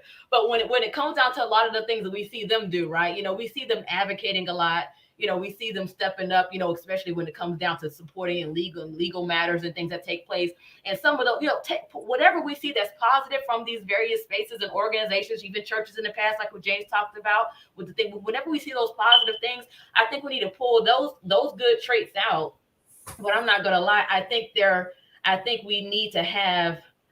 needs to be an emergence, if I can say, of some sort of a newly established organization that could bring a little bit more unison together and unity together in these various spaces. Because even like we were just talking about, when it comes down to people being safe in the church, like, yes, the church most certainly needs to be one of the forerunners in some things of this sort, right? However, nowadays it might not need to be in the church. You know what I'm saying? Like JC was saying, let's take it outside of the four walls, because not everybody is going to go to church. You know what I'm saying? Right. And it also even kind of reminds me of the some of the conversations we had in many settings. When y'all know me, I'm a Seven Mountain person. You know what I'm saying? I'm a Seven Mountain person. But the reality is that not everybody has the capacity to do every single thing. And like I said, that's where strategy comes into the picture at, because at the end of the day, before you keep going, are you saying strategy with policy, or are you saying strategy with coming together? Both of them. Because I feel like the strategy and coming together will help to mold the narrative of how to impact the policy. You know what I'm saying? Because at the end of the day, like I'll give an example. Like, if I'm somebody who's in arts and entertainment, right, and I'm an actress, right, like. And shameless plug to our sister Crystal that has been doing, putting this space out with this it's in the house concept. Like, we have to learn what we have within our capacity to do, right? So that we can do what we can do within our ability. You know what I'm saying? Right. Not everybody's gonna. Now, we all can vote. We all can vote. We all can get out there and educate ourselves from that standpoint, right? We all can learn. But beyond that portion of being able to actually vote, and stop expecting others to teach us. Listen, go Google. YouTube University. You know what I'm saying? Go old school and go to your library. However you want to do it. You know what I'm saying? It doesn't take nothing to get on Google and to just understand the foundational structure of what it is. What is the judicial system? What are the various different systems of the government? You know what I'm saying? How does it work? How does it function? Go to your local city's website. You know what I'm saying? Research who your counselors are. Research how their stuff is. Go to your council meetings. You know what I'm saying? Like, I think it's a And this is where it's going to kind of bridge the gap with some of what everybody has said here, like from the church to the practical side, is that I'm not going to lie, some of it, we have to have the spiritual sense, because I'm also a person that God has really dealt me heavily in a space of prayer and intercession and things of this sort. Because at the end of the day, I know oftentimes, we try to beat the horse when it comes down to the practical things, but we see no progress. But because we got to realize there's spiritual strongholds, you know what I'm saying? That's right. Principalities and strong, there's strong men spiritually, you know what I'm saying, that are. So I think it has to be, like I said, a multifaceted approach. Yeah, how we address these things. Because listen, if you got the old people, you got the old saints, let's just say they the intercessors, they the old mother church. Guess what? You know what y'all role gonna be? Y'all gonna be the ones that gonna be praying over this thing, you know what I'm saying, and covering this thing, right, and pushing us through in prayer. You know what I'm saying? If you're in the entertainment industry or space, you know what? Your platform, your voice, you know what I'm saying, to push the narrative or whatever the case is. So I think it's a multifaceted approach, but the reality is, that's why I said I wish there was an emergence of a platform that can bring the unity together, because people come together, you know what I'm saying? It's almost like everybody keeps still working in their own space, in their own lane, and they're making small steps individually versus coming together and being able to make some larger steps forward, you know? That's why I really admire Chadwick Boseman, because he would only take roles that uplifted, Black characters. Like, he wouldn't take any roles that, were just kind of like that stereotypical type that Mhm.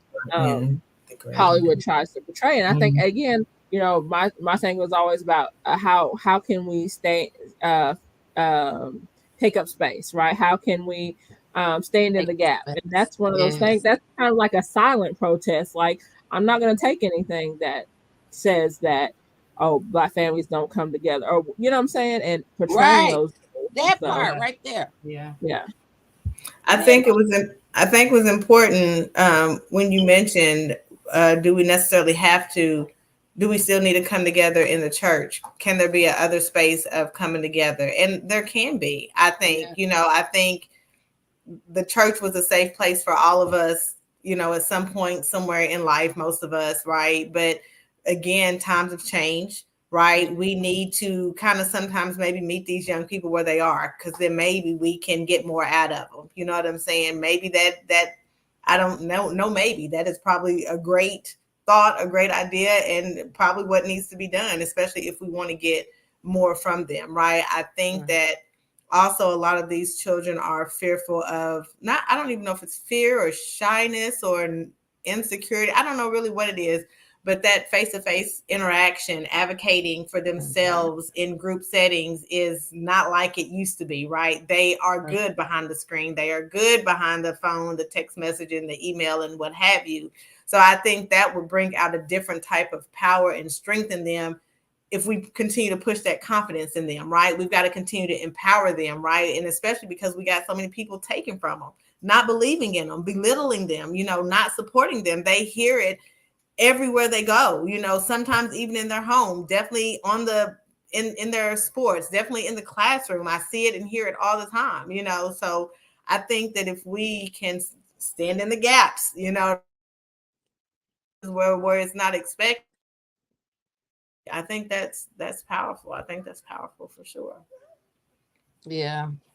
I think. Um, we have talked about a lot, and I do believe that we've shared our biblical standpoints with Yeah. every question that we've talked about, which I think is beautiful and what needs to be done. I think we've spoke our truth in Yeah. every aspect as well. I want to just open the floor up for you guys to share anything else, or if there's any questions that you all have that you all want us to address in this space. If there are questions that are in the comments that we want to talk about, James, wherever you all feel that we should go in this moment, we're willing. I know we said we would give ourselves an hour and a half to two.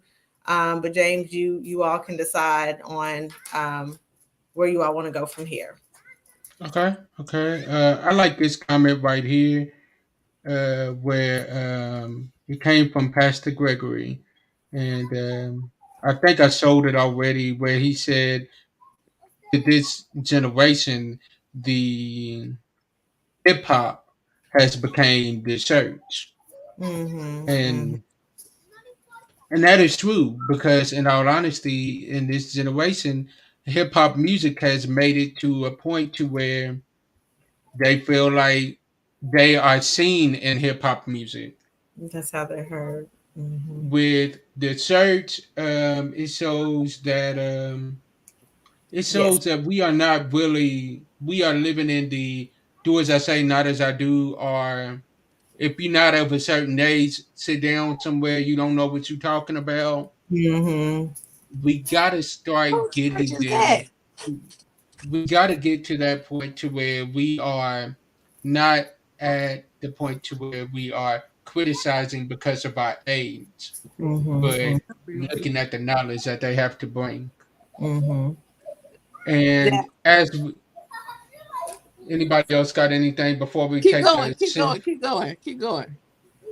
So as we take a shift at this point and shift to the portion of the show that is a portion of the show that I really absolutely am excited about, and we actually talk about right now the fact of this being Real Talk Mondays 100th episode, y'all. 100 shows Whoop, for whoop. Real Talk Monday. Y'all, Woo! this is amazing. It is amazing to me Congratulations. that God allowed a show that started in the midst of a pandemic to make it to 100 shows. And before we go too far into souring and showing love for that, this was not on the program. However, my sisters all know that I'm full of surprises at all Yes, you are. times. Yeah. And one of our sisters is celebrating her birthday today Whoop in the whoop name of Pastor Greer. whoop whoop. So I did a little something like this for her real quick. Hey sis, yes, you are seeing me yet again because what? It is still your birthday month. Happy birthday, Pastor Sis. You know that you are an amazing person. If you don't know, I'm here to tell you that you are amazing. You are an amazing mother. You're an amazing wife. And let no one tell you different. You know, I think that you're super funny. You are the gospel comedian to me because you are so naturally versatile with your word of affirmation or your encouraging videos or your message from a scripture. You may take it and make it into something so funny that grabs attention in a unique way. So you are the comedian gift with the intellect and everything nice like that to the body of Christ. Continue to be who you are. Continue to uplift and do what God has called you to be. I pray that God continues to elevate you. I pray that God enlarges your territory and blows your mind beyond what you've prayed for, beyond what you've expected, because you deserve it and some. And I'm here to be witness of what God is getting ready to do and what God is going to do and has already been doing in your life. I love you, sis. And I pray that you really do celebrate big for your birthday all month, all month. We doing it all month. I love you, sis. Take care. All right, all right, all right. So, Man, listen. Where my handkerchief at?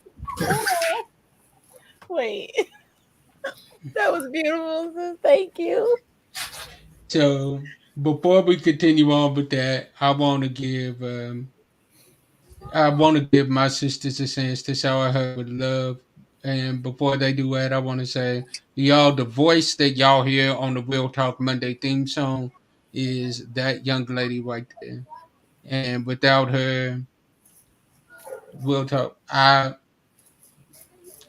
she has heard me call her on many of occasions, like stressed out, worn out, didn't know what I was gonna do next, and she was always there and gave me that big sister advice. And I appreciate her for everything that she does. At this time, we're gonna turn it over to Janine, Jessica. We're gonna let Andrea go, then Tevis, and then we'll continue on with the celebration of the 100th episode. Yes, yes, listen, Linda. Listen, Linda. I'm trying to tell you, Stephanie, listen.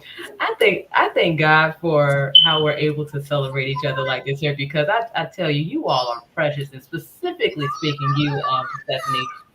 I thank God for you on today. And I think it wasn't even by chance or a coincidence that God allowed your birthday to fall on Juneteenth. Because just like I gave that shameless plug earlier about the whole concept of the sheer truth, I feel like I almost feel like your life is like the living example of what striving for freedom and achieving freedom truly look like, in the flesh, because I know there's so much that goes on nowadays and there's so much people deal with. But to me, it's almost like I said, you're a living example of what it looks like to be able to achieve those things. And I am just so grateful and so blessed to be able to say that I'm one of the sisters in the fold, and I'm just somebody that's in your space and being able to witness your journey and your story and so forth. Because, and I think I shared this even in a post on your page, that I feel like so many of us have not had the opportunity to see what examples of different things and models of things look like. But you have been so much of that and more for us. You've been such a perfect, model of what a true sister is. So you've been such a perfect model of what a pastor and a minister and a woman of God is. You've been such a good example of what even now a mother and a wife is like. It's a beautiful thing to witness, and I'm just it makes you grateful, like there was a reason why God birthed you, on today. And I'm just blessed and grateful to have, you as a part of my circle and to be even in your space, because I'm trying to tell you, it's representation matters. And you are in so many ways, representation for many of us, and so I love you for that. I thank you for being you. And I just pray God's continual blessings over you. I pray God's continual prosperity of you, and that He will continue to lead you and to guide you in the things that you do, because it matters. What you do really, truly, truly matters. Lord Jesus. Thank you, sis. Jessica. Amen. So I have to second everything Janice said. Again, I'm thankful to have come across your path and getting to know you, and also being able to be with you as you go through several different journeys in your life. I like I said, I second everything Janice says about being an example. I always love how much adoration you give your husband and your family. And I hope to have that one day. So if you can have it, I know I can have it, right? So That part. so That part. yeah, so I'm always behind you, whatever you need. Um, I know I'm not always as poignant with the words, but you know, they come from the heart, and I hope that you continue to walk in blessings daily, and that this year, the rest of this year, is even better than the beginning half. Man. Thank you, my favorite therapist.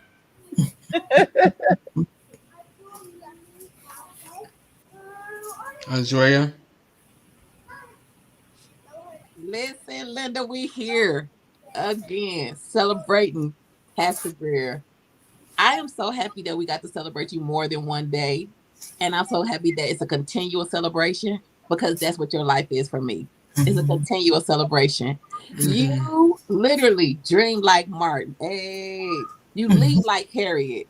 You fight Come like on, come Malcolm. on. You write like Maya. And you speak like Frederick. You dare to be different like Shirley. And you think like Garvey. You reclaim your time like Maxine Waters. And you Come educate on, like come on. W. Du Bois. You challenge us like Rosa Parks. And you inspire us daily like Obama. And you win like Kamala. And you know what's the last thing that I'm gonna, add to it is you doing the Greer gang. I think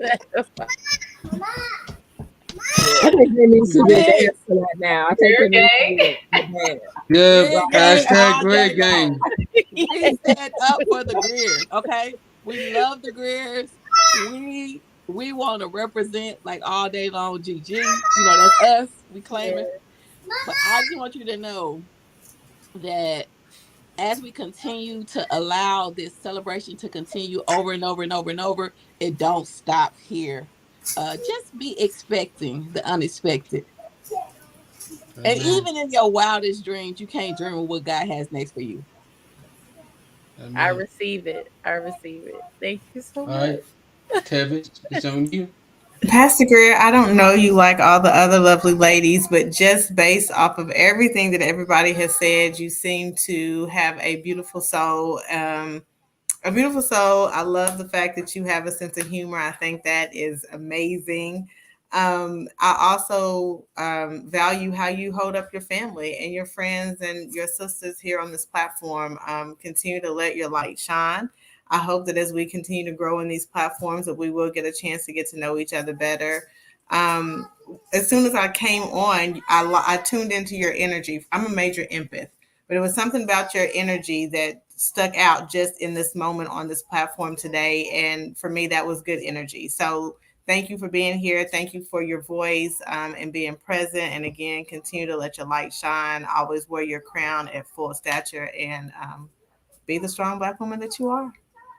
Amen. Oh, Amen. thank you so Amen. much, sis. I very much appreciate you. Thank you so much. And Daisy, I know you did your video, but do you got anything else you want to add, Daisy?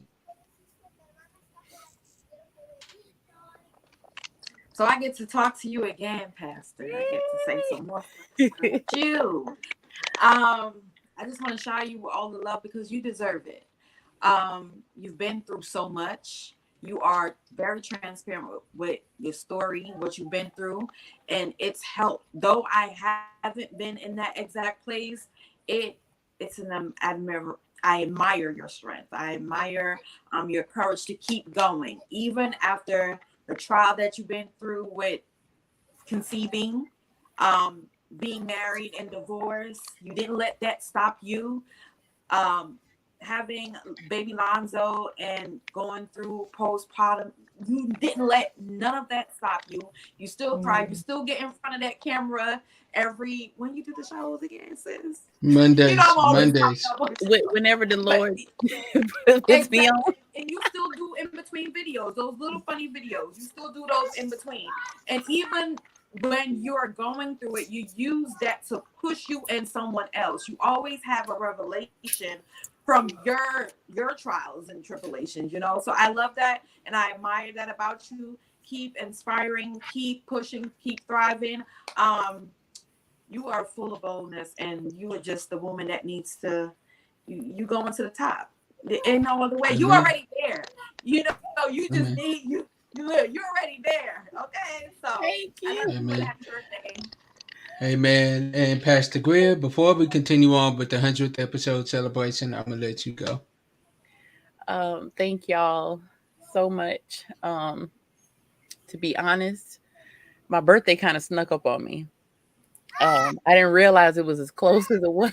And I was like, wait a minute, my birthday's on Monday because the enemy tried to have me in a dark place.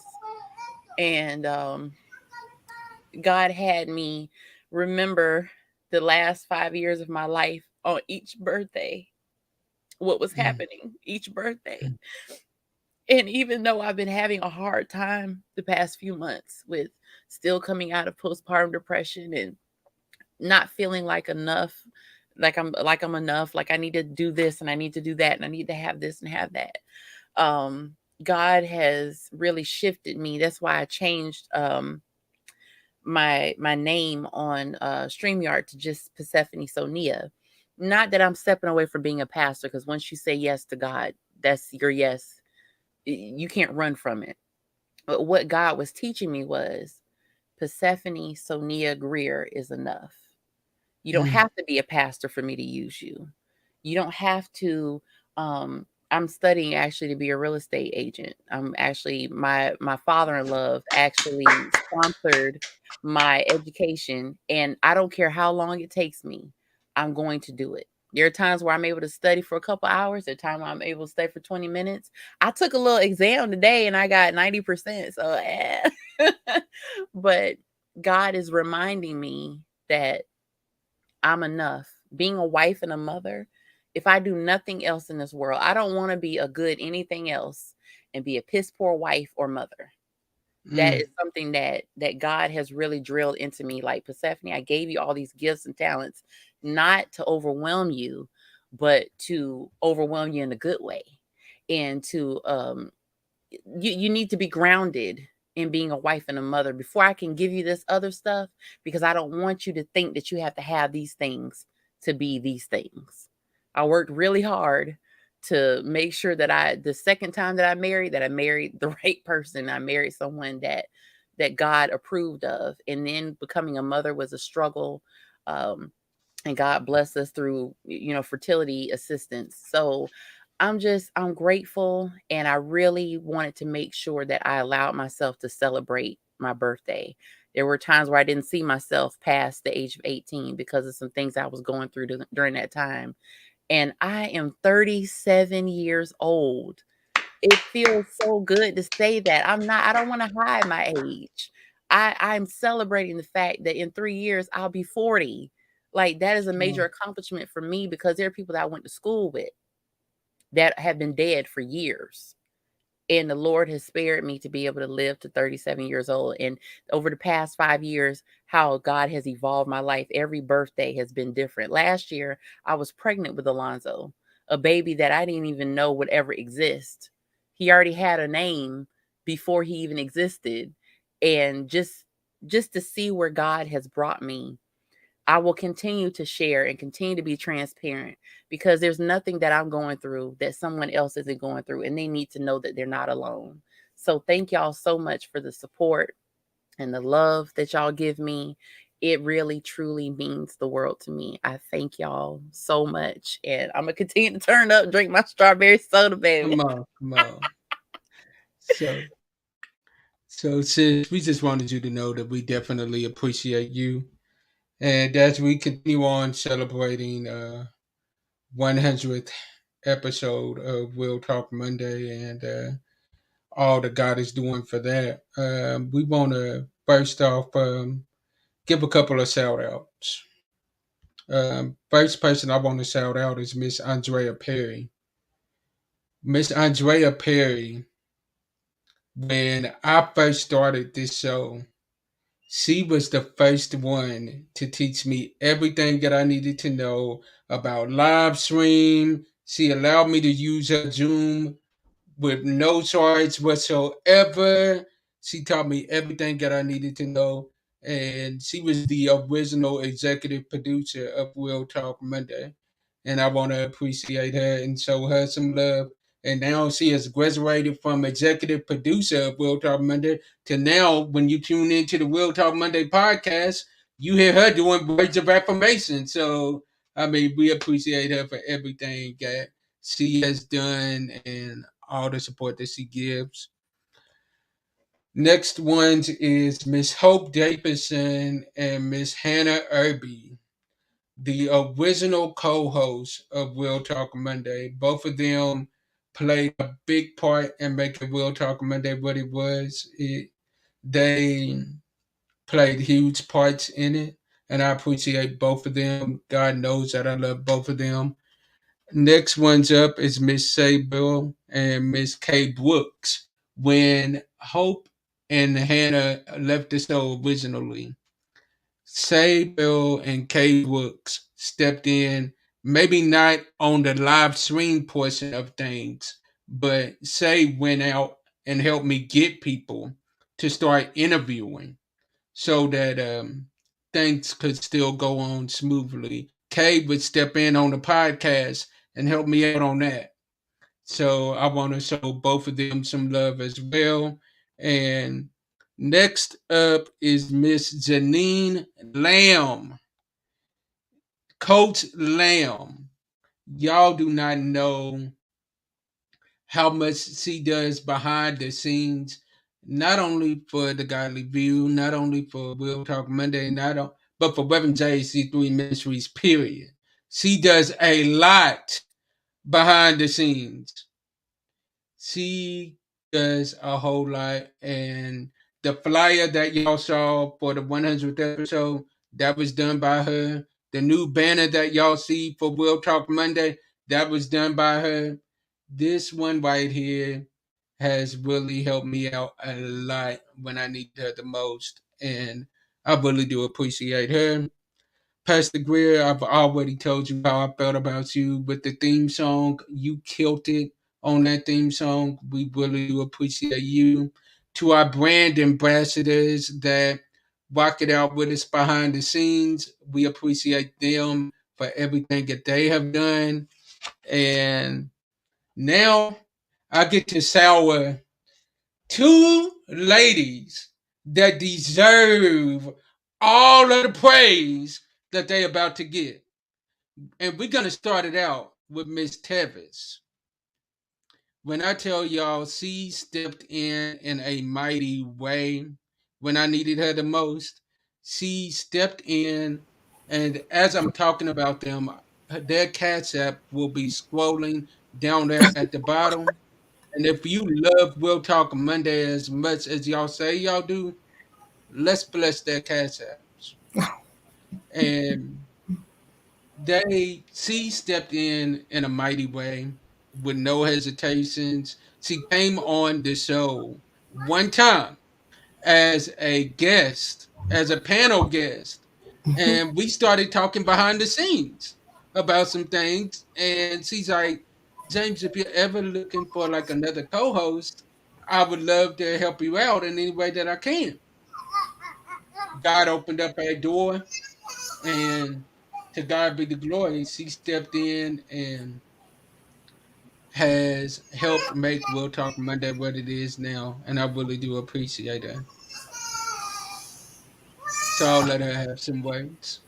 James, thank you. I it's so weird for me to say that I'm shy. Certain areas of my life I am very shy, others I am not.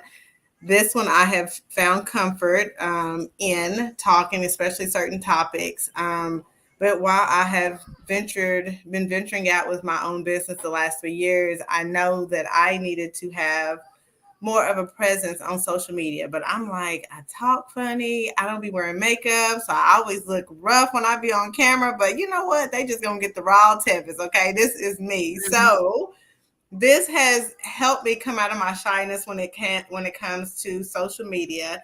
And for that, I am so thankful for the opportunity to be able to be here with you and Daisha and Daisy. I probably should start calling you Daisy now. And sharing the platform with you guys on Real Talk Monday and the times that I have got to speak with the other ladies, be present with you guys. I've definitely appreciated it. It's just been a great learning experience. I'm having to learn more about things, and I feel like I have a growth mindset. So I'm always reading and trying to educate myself more and more every day. And I'm just thankful. I'm thankful to be here with each of you all, share space with all of you guys. You all are all beautiful women and young men. And I'm just thankful, James. So I appreciate you and Daisy for just allowing me to be here and share my voice. I know I'm not always easy. I may be a little grumpy sometimes, but it's all But love. The girl got so much going on over here sometimes. So I hope never take me personal. And if you ever feel like um, I have made you feel uncomfortable, I just give everybody the power to always tell me that, because my goal is never to hurt, but always to, for my words and my actions, to grace, love, and ministry, grace, um, love, and grace for everybody. My words and actions, that's what I want for everybody. So just please share with me at any time, anything. And I'm here to support everybody in any way I can. So thank you. man. And next, this next one, I mean, what can I say about Daisy? Like from going from the godly view to telling me when I first told her about the godly view, bro, I don't know, like I'm uncomfortable doing things like that, to killing it in that aspect, to then transferring over and helping me out on Real Talk Monday and killing it in that aspect. And then, like, what I love about both of them is Tevis and Daisy. Not only do they help me out on Real Talk Monday, but they have their own things going on as well. And I'm extremely proud of both of them for that. And she's killing it in what God has called her to do with her YouTube channel and with her ministry on YouTube and with everything that she is doing. So I thank God for her. I thank God for everything that He is doing. You know, I tell people all the time, We'll Talk Monday would not be what We'll Talk Monday is without these two women that are sitting beside me. First off, it's God, but then it's these two women that's sitting beside me. They push me, they motivate me, they tell me to sit down somewhere when I need to sit down somewhere. They are quick to tell me when we need a break, because they know I am a workaholic and will continue to grind even when I know God is telling me to sit down somewhere. I'm still trying to continue pushing out new ideas.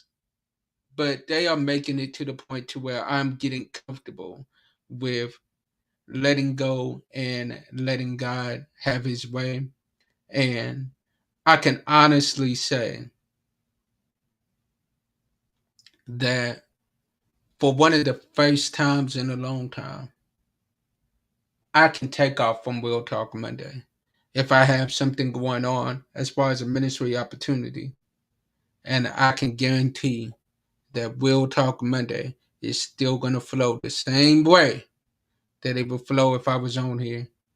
And that says a lot about these two ladies right here. So I love them. And last and certainly not least, I'm going to give Daisy a chance to talk.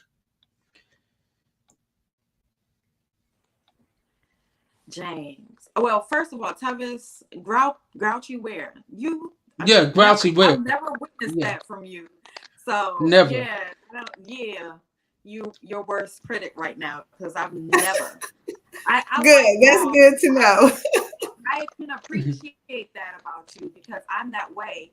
And so, we don't apologize for how you are because you're just a raw, truthful, honest person. You know what I'm saying? So I can respect that about you. Thank you. But James, so a lot of ladies already know how James found me. We were in this Facebook Christian group together, and I was one of the admins, and I was trying to hook him up with somebody, right? And so I don't know why from that he came and found me and felt like I needed to be a voice on Godly View. And I was like, no. Every time he would ask me, I would say no. And he's like, well, God said so and so.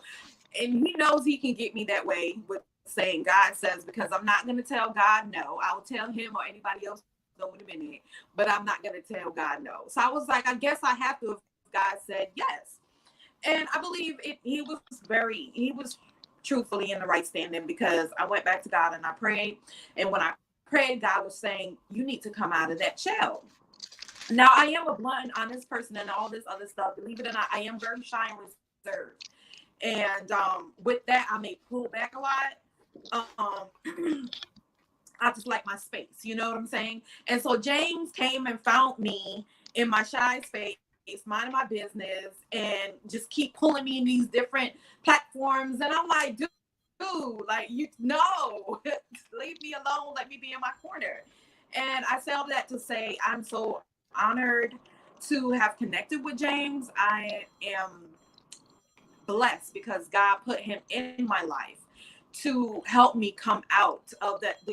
God can do that on his own, but God used James to pull me out of that shyness, pull me out of being in the comfort zone. And I started off with Godly View. We've been on different other shows together. And I believe because he gave me the opportunity to be on Godly View, it honestly had opened up some other doors for me to be on other platforms that Jane and I was on for other people. And so, and now I'm doing Real Talk Monday, and it had built my confidence for when God is telling me, now it's time for you to do your own thing. And I'm on YouTube doing God's work on YouTube. I share the videos on my Facebook and stuff like that. But James supported me. Jessica, y'all killing me. Yeah, that's the YouTube that Jessica just plugged. Gotta love my sisters. I love y'all. And so he has really been a major part to play in pulling me out of my shell, and the support of all you ladies as well. And just sharing the same space, sharing conversation, growing with you all. I've seen so many growth in every one of you guys and all the shows that we've been a part of, from Pastor Grid, Janine, Andrea, Jessica, Tevis, especially Tevis, because when she first started, I could tell you were a bit shy, but I'm like, we had you on the Godly View, didn't we have you on the Godly View as a guest? Right. And I was like, Yes. I like her vibe because you were so transparent and full of knowledge. So when I saw Mhm. you first with Real Talk, I'm like, no, why she being shy and stuff like that? She was not shy on the Godly View. And who am I to talk, right? Because I tend to, and I'm still coming out of my shyness, believe it or Right. not. Me So too. I still show up and do these shows, a lot of times I would probably just chill if James Mhm. don't like Daisy say something or something like that. Mhm. But I love the Mhm. accountability. I love it. I love y'all, and thank you, James, a million times for allowing me to be a part of every single one of your ministries you got going on. Every single one. Even from doing voice, not showing my face, doing voice. Sis, do this commercial for me. He's always trying to find a way to pull me from, if I'm too quiet too long, he like, sis, God said, I'm like, girl, sir, go somewhere. But I love you and thank you.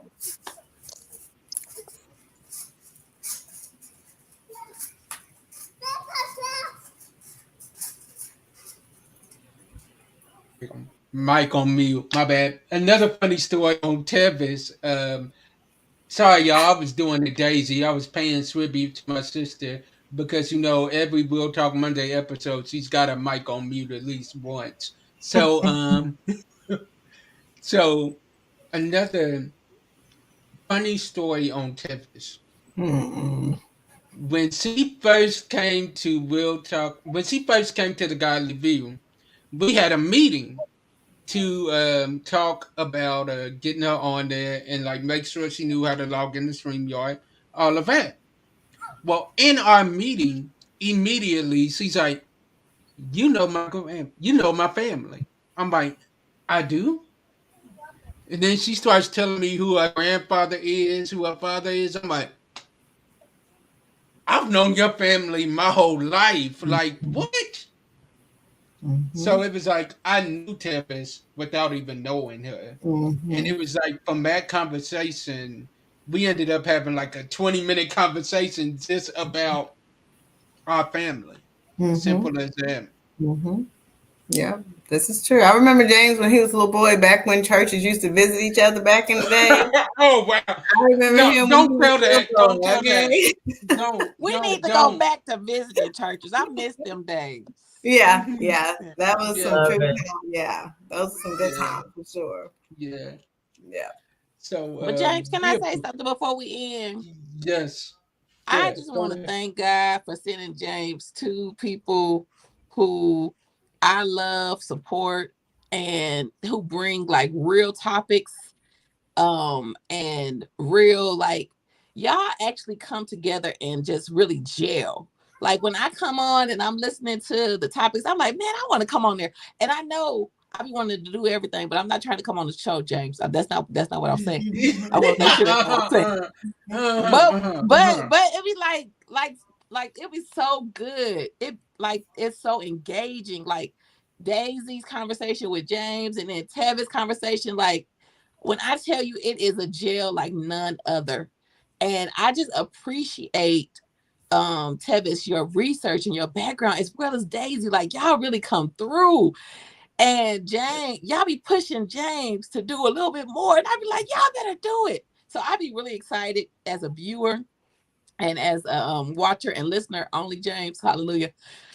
And I just thank God over and over and over and over and over again because I know it was so many nights me and James when he first started, like we were praying for the right people to come on this show. We were praying for the right type of people, the people who are going to be professional, the people who are going to be involved, the people who are going to actually want to do this. So I'm happy and grateful for Tevis so much for your Thank articulation, for the way that you come across. It is very, very, very, very, very, very professional and very, Yeah. very in tune. I am just excited about what God has for you guys as a show. Like this is just the beginning. I am so excited.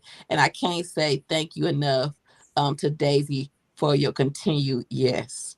Don't stop saying yes, girl. Don't Mhm. stop saying yes. Amen. Amen. So you all, we will be back next week. We love y'all. We appreciate y'all. And as I always say, as we close out, sometimes our disappointments are nothing more than God's appointments. Meaning, some things that we look at as bad, God is only turning it around for our good. Stay blessed, be blessed, and be a blessing to someone else. Love y'all. Peace.